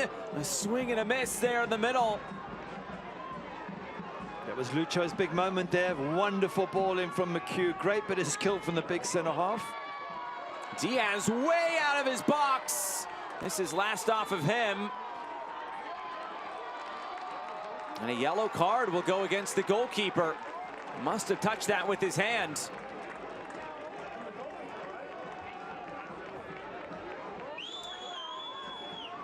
Let's have a look at it again. I thought it came off his chest, to be honest. It wasn't really an argument, though, from him. Was it? Maybe he grabbed the ball to make sure it didn't come back into circulation straight away. Maybe that was what it's for, time wasting.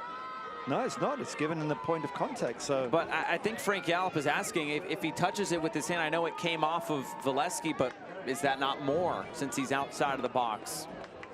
I guess it depends if it's deliberate or not. Let's have a look. Does it go off his stomach onto his arm?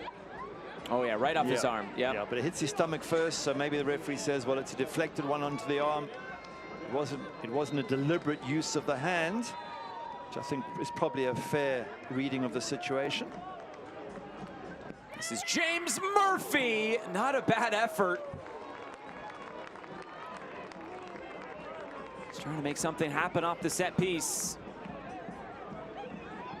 Not far away, but the goalkeeper doesn't really have to do much in the end. You can see that it's going well wide. Ahead for Lucho, another ambitious effort.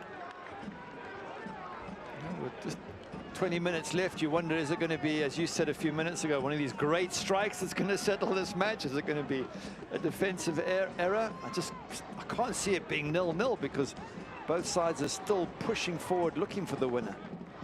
And Benny Diaz saying after that defeat against New Mexico, it's because they were going for the win. They weren't settling for the draw. That's why they got caught in the counter by Santi Moa. So I can only assume they're going to do the same here and keep pushing for that winner right until the end. Brian Clairhout said that's how we conceded against New Mexico, was in transition. We know how much Monterey Bay likes to play in transition as they come forward here. Here's Martinez.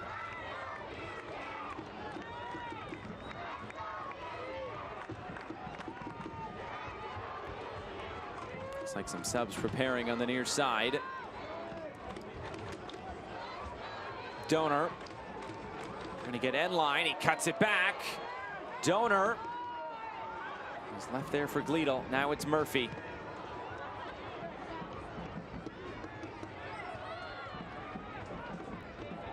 Plenty of white shirts back defending, making it difficult for Monterey Bay to work it through. Quickly won back. Dixon for Martinez. Just does keep it in.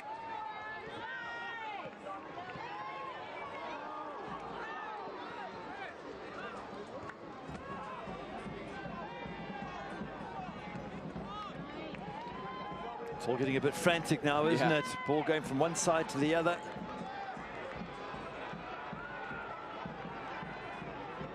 Gonna cut this in. Murphy runs onto it, blocked down.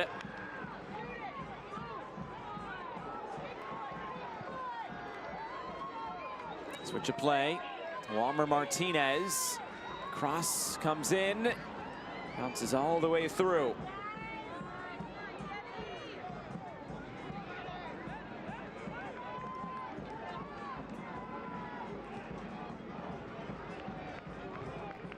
Slid ahead. Keeps it moving. The cross, it comes all the way through. And nobody could redirect it into an open net. Walmer Martinez was trying to get on that far post. He was only a split second away from being able to tap that into the net. Have a look as the ball comes in here. There's nobody in the middle, and there's nobody at the far post either. And a sub coming for Monterey Bay sees Simon Dawkins replace Adrian Rebelar. Dawkins, who has mostly come off the bench this year in his 8 appearances, though he did start his first game of the year against Colorado Springs on the 4th of July.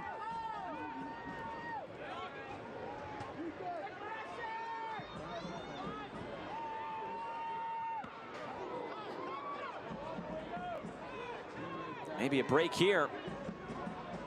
Going to ground and smartly winning that back is Moby Fair, although looks to be hampered by something as he just had to keep that ball moving. Now he goes down and the referee stops play. Yeah, obviously there was contact there as he slid in for that ball. Brave tackle and a crucial tackle as well. If he doesn't make it, then Kostashin was away, but Kostashin's boot might have just caught him on the thigh or thereabouts. Let's have a look at it from this angle. Yeah, a little bit of a follow through from Kostashin. Also a good chance to get some water and take a break. 15 minutes to go, and it feels like it's building up to an exciting end. I certainly hope so. Feels like there's a bit of tension in this game. Both teams have had chances. Obviously not been able to put any away yet. Frank Gallup, so much success at MLS level. Doing a great job here in only their 2nd season, Monterey Bay. With a team that you would fancy is going to make the playoffs and possibly have a good run. Every time we talk to Frank Gallup, he always seems very excited about this project, taking it on last year. Of course, his time in this league with Phoenix and Las Vegas. You know, stepping into this role, and you really saw that team grow throughout the season last year. Obviously a tough start being on the road for so long. Obviously this season they have really been impressive. They have some defending to do here. McHugh for Sanupe. McHugh now for Kostashin. Hesitation and wins a corner. Clever player, Kostashin, so good with the ball at his feet, the Ukrainian. And as mentioned, and their goal a couple of games back from 30 yards, it flew in. was against Las Vegas Lights.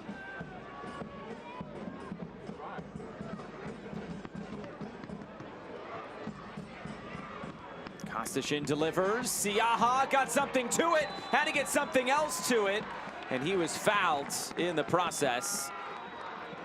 Avkovic was there. Credit to the goalkeeper is that he didn't quite hold on to it the first time, but he was very quick to block the ball on the second occasion. And a player down here for Monterey Bay.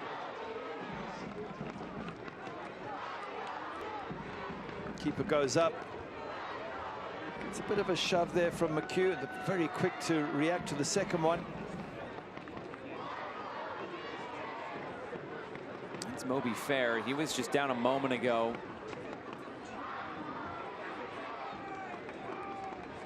It sounds like Fair's night will be over. He is on a yellow card.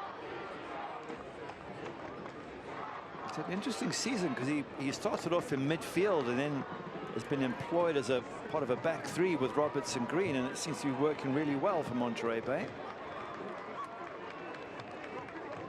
Sounding like Alex Lara will be coming on.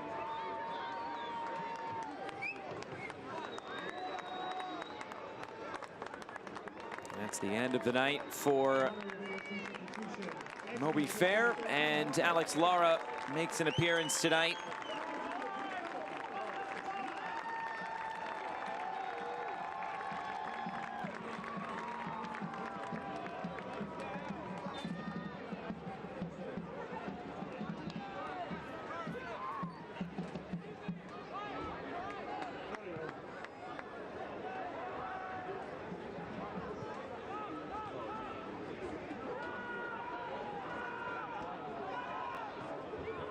Pressure again from El Paso, not sitting back, but really pressurizing that defense.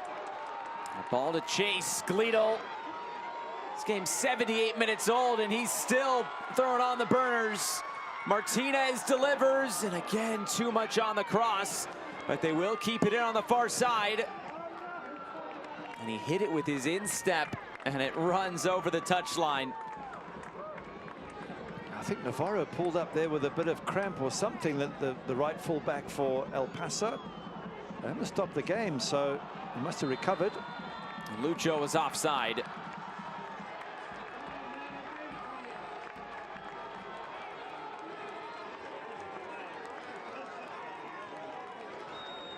Fancy play there to go through the legs of Hugh Roberts, but his run was just a little bit too quick. And yeah, Navarro is down here, trying to stretch things out. Ryan Clairhout really complimenting him on his journey here to El Paso. Trained a little bit with the team last year, eventually signed on at the end of 2022, the calendar year, not the season. And he said he's just been a great professional for this team and obviously a great talent. He said he visited El Paso during the winter months and said coming over from Spain, it might work out with the language barrier as well. And he has fit right into this team and helping with some of those younger players as well. It sounds like his day, though, will be done as the 20-year-old Miles Lyons checks in. And they've got high hopes for Miles Lyons. I think they've signed him for an extra year at the end of 2024. That shows commitment from El Paso. 20-year-old from Tucson, second season with the club, time with the Barca residency. Spent 2021 with FC Tucson in USL League One.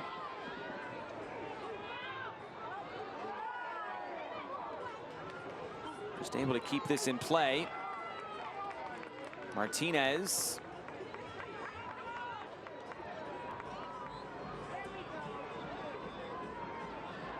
Dawkins. It's Valesky. Back in for Simon Dawkins. Big save. But the flag was up for offside. Oh, that was almost the moment. Benny Diaz thanking the AR on the far side.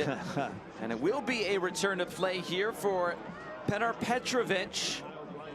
The 27-year-old Swede will come on here. He's been out due to injury now for some time. Last appearance, the 3-2 win over Colorado Springs back in early May. All that time out, and he'll get about 10 minutes here. Looks like that's the end of the day, though, for Aaron Gomez. It was seemingly amongst plenty of opportunities tonight. Yep, certainly early on he has been, but the last 10-15 minutes has gone a bit quiet. Probably that's why the coach feels it's a change necessary. But in the first half, Aaron Gomez was a real bright spark, got on the end of a number of crosses and was constantly a danger for Monterey Bay.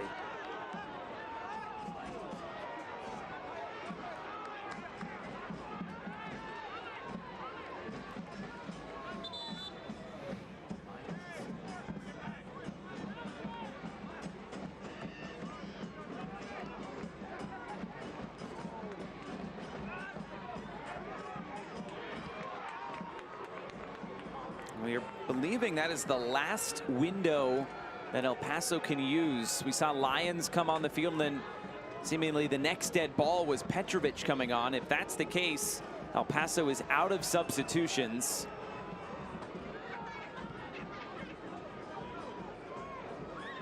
I guess if they do make another one, then they will have deemed it just to be one window for both those players to come on. Still have 8 minutes to go, plus stoppage time.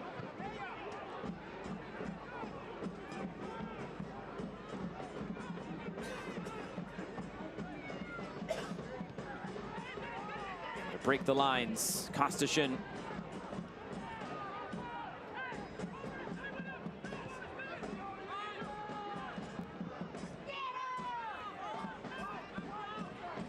Lyons plays it infield and was not on the same page as Sinupe.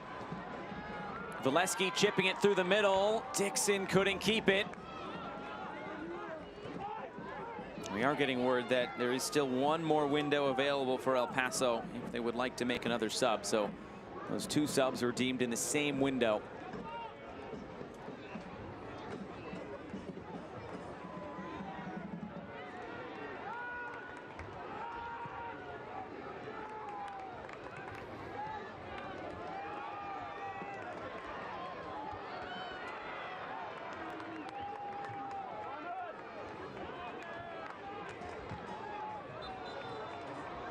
Whistle will stop that ball over the top.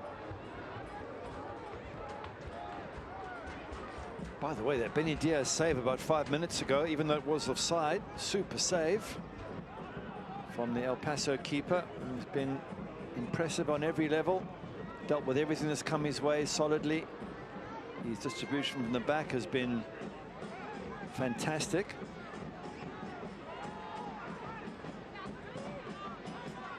Monterey Bay has played 2 0-0 draws this year, while El Paso has not.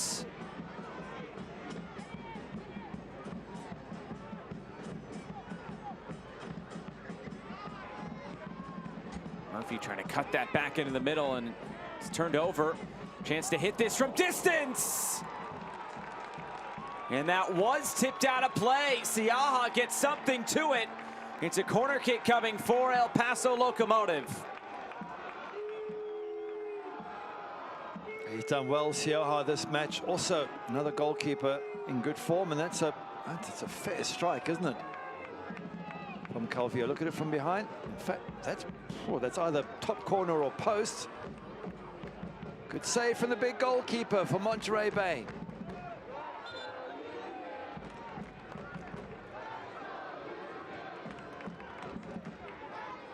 Player down for Monterey Bay. It looks to be James Murphy, which is holding this corner kick with 5 minutes to go.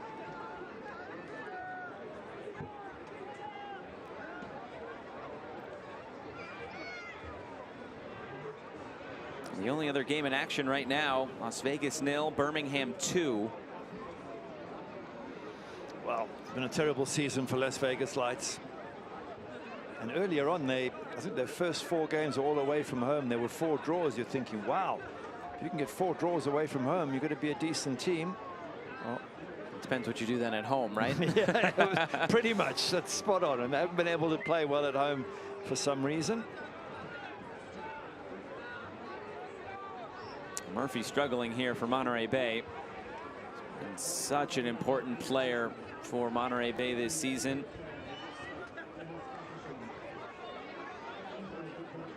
And a substitution also here for El Paso. That is Chapa Herrera coming onto the field. And that is the last sub of the game.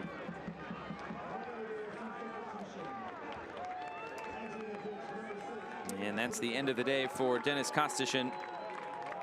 And there's the sub for Monterey Bay. It is Chase Boone. He'll come on to replace James Murphy. A strong performance from Murphy in the middle. Covers so much ground for Monterey Bay. Well, they've got some attacking talent on this pitch now, Monterey Bay, with Chase Boone coming on. Simon Dawkins has come on.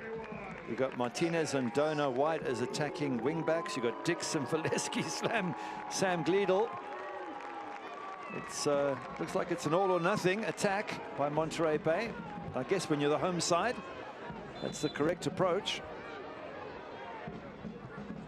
Corners whipped in, bouncing around and cleared. Some contact and a yellow card. And that will go to the captain, Eder Borelli.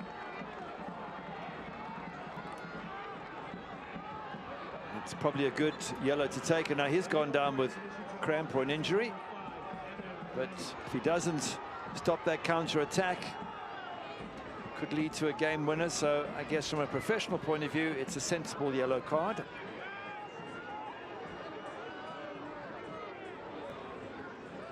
Now, something happened at this corner here at the near post, got flicked on, and then there was an appeal immediately. I just wonder if the goalkeeper actually make a save there, Siaha, just tip that out.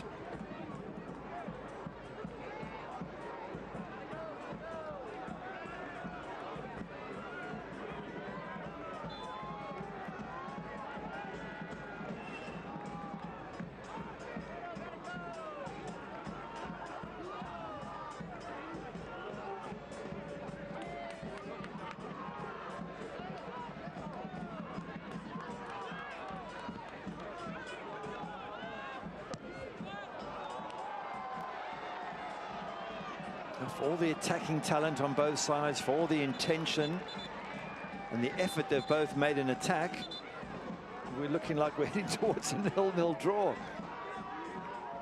It's not for lack of trying. You've got to give both coaches, Frank Yellop and Brian Clarehout, credit.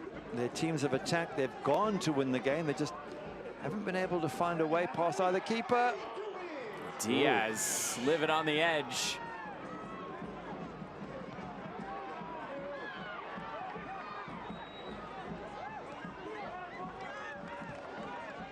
Go Monterey Bay's way.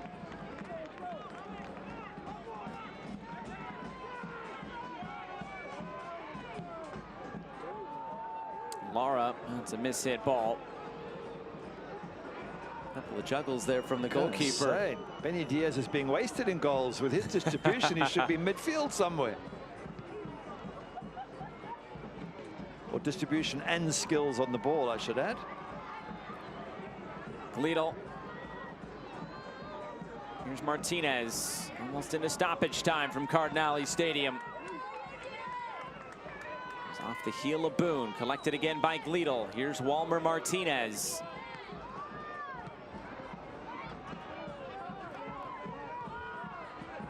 Lara, missed touch there. 6 minutes of stoppage time will be added on. So not yet to the finish line.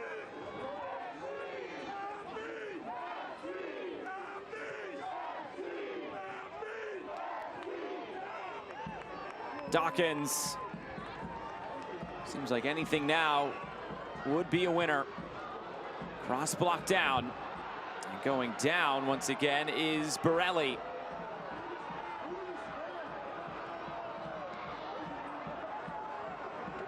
It was holding his side. Now it's his legs. So I'm not quite sure what the issue is, or whether it's just calming the match down. The referee pulls him up and says, get on with it.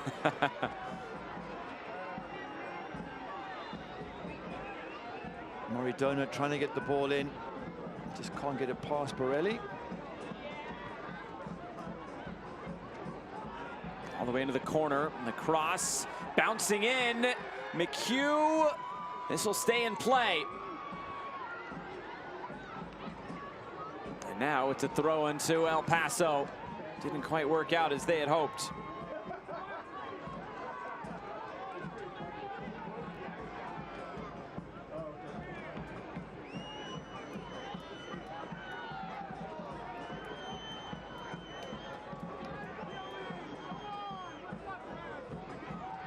Take it away.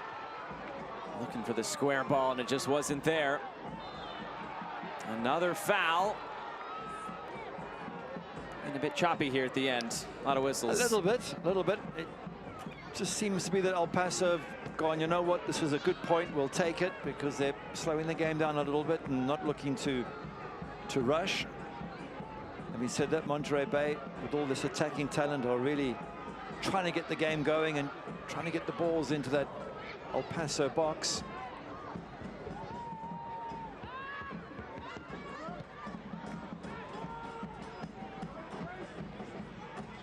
Lions. That's not going to get it done. Siaha wants to distribute quick. There's space to utilize on the far side. Dixon, Valesky up ahead. Boone calling for it.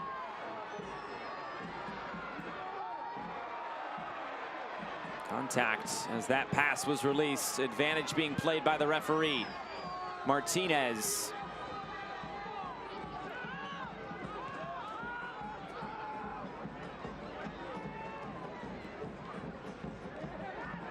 Oh, a little bit of afters going on there. Dawkins coming together with Chapa Herrera. Robert stepping in as well. I think there was a head brought down there. That could be a red card if the referee feels it was a head that was used. I wouldn't necessarily have called this game chippy. There have been some fouls, some whistles, but it's really the first moment of coming together.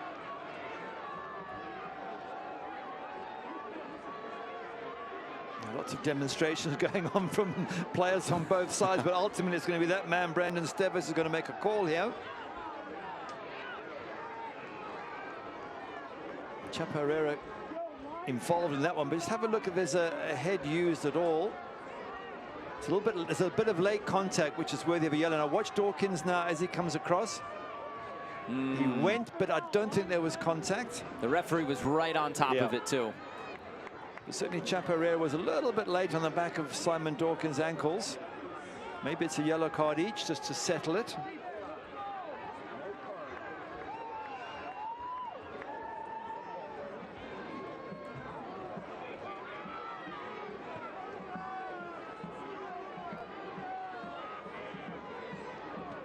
It's interesting. Neither player gets a yellow card. Just be a drop ball. Get on with it. Infield for Boone, chasing after it, and Diaz able to get to it first. 2 minutes of the minimum of 6 remain. Might get a few more minutes now.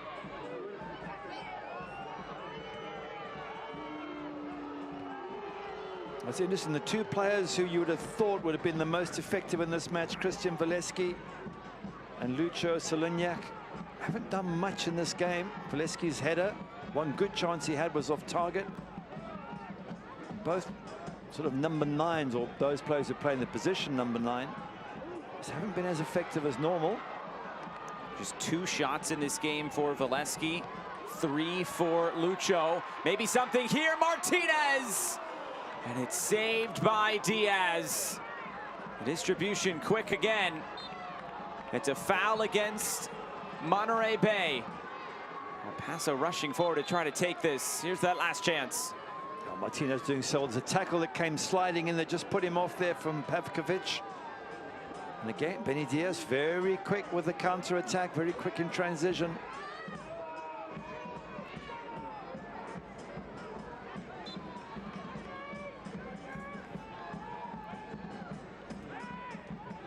gonna be the last big chance for El Paso, trying to make the most of it.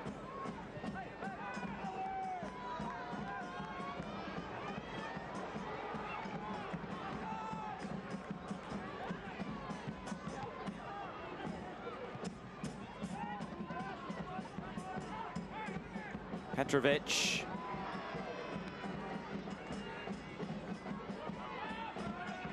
Calvillo. Here's Sanupe and cleared.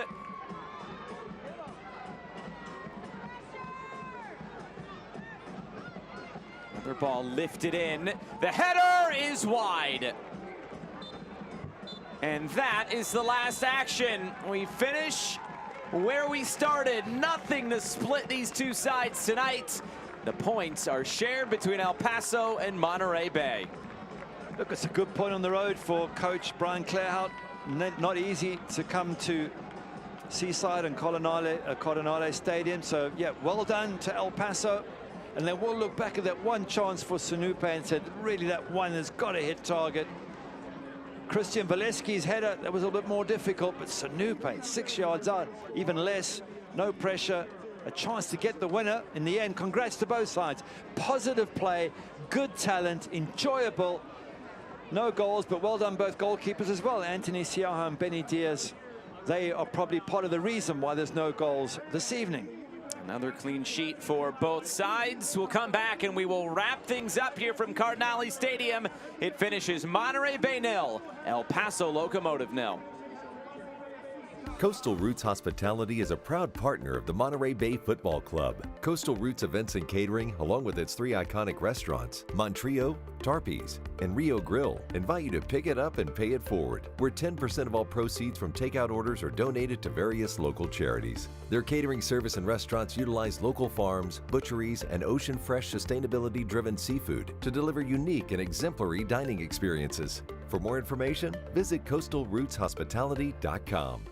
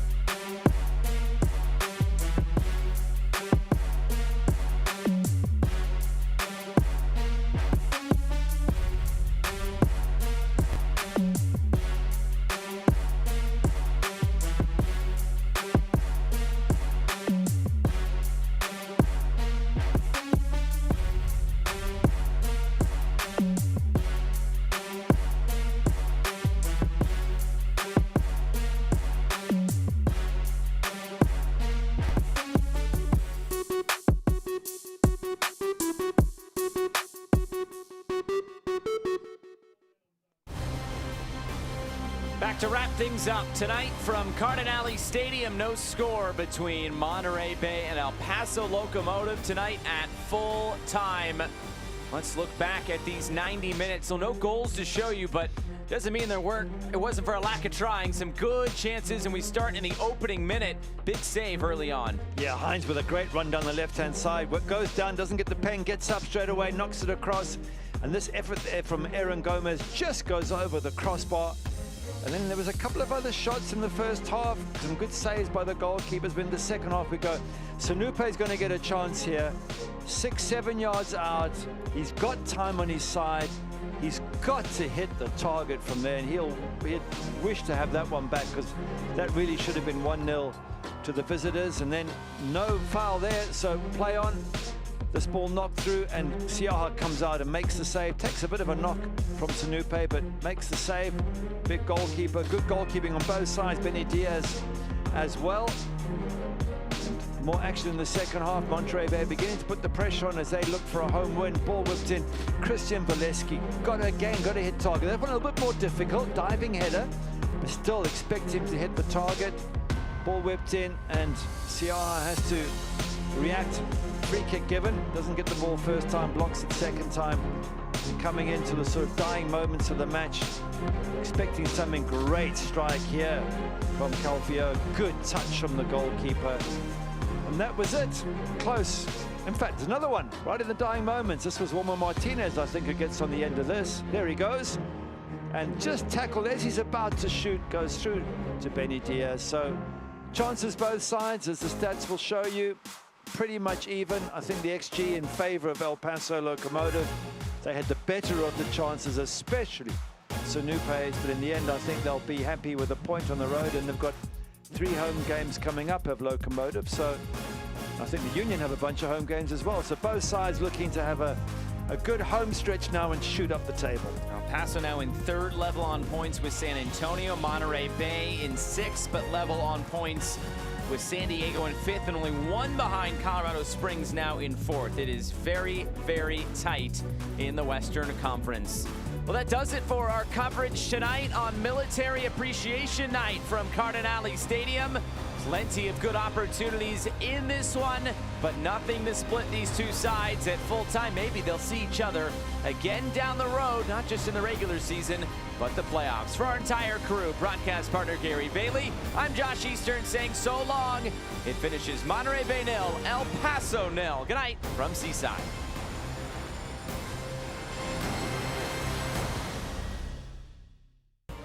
This copyrighted telecast of the United Soccer League Championship cannot be retransmitted, rebroadcast, or reproduced without the expressed written consent of the United Soccer League Championship.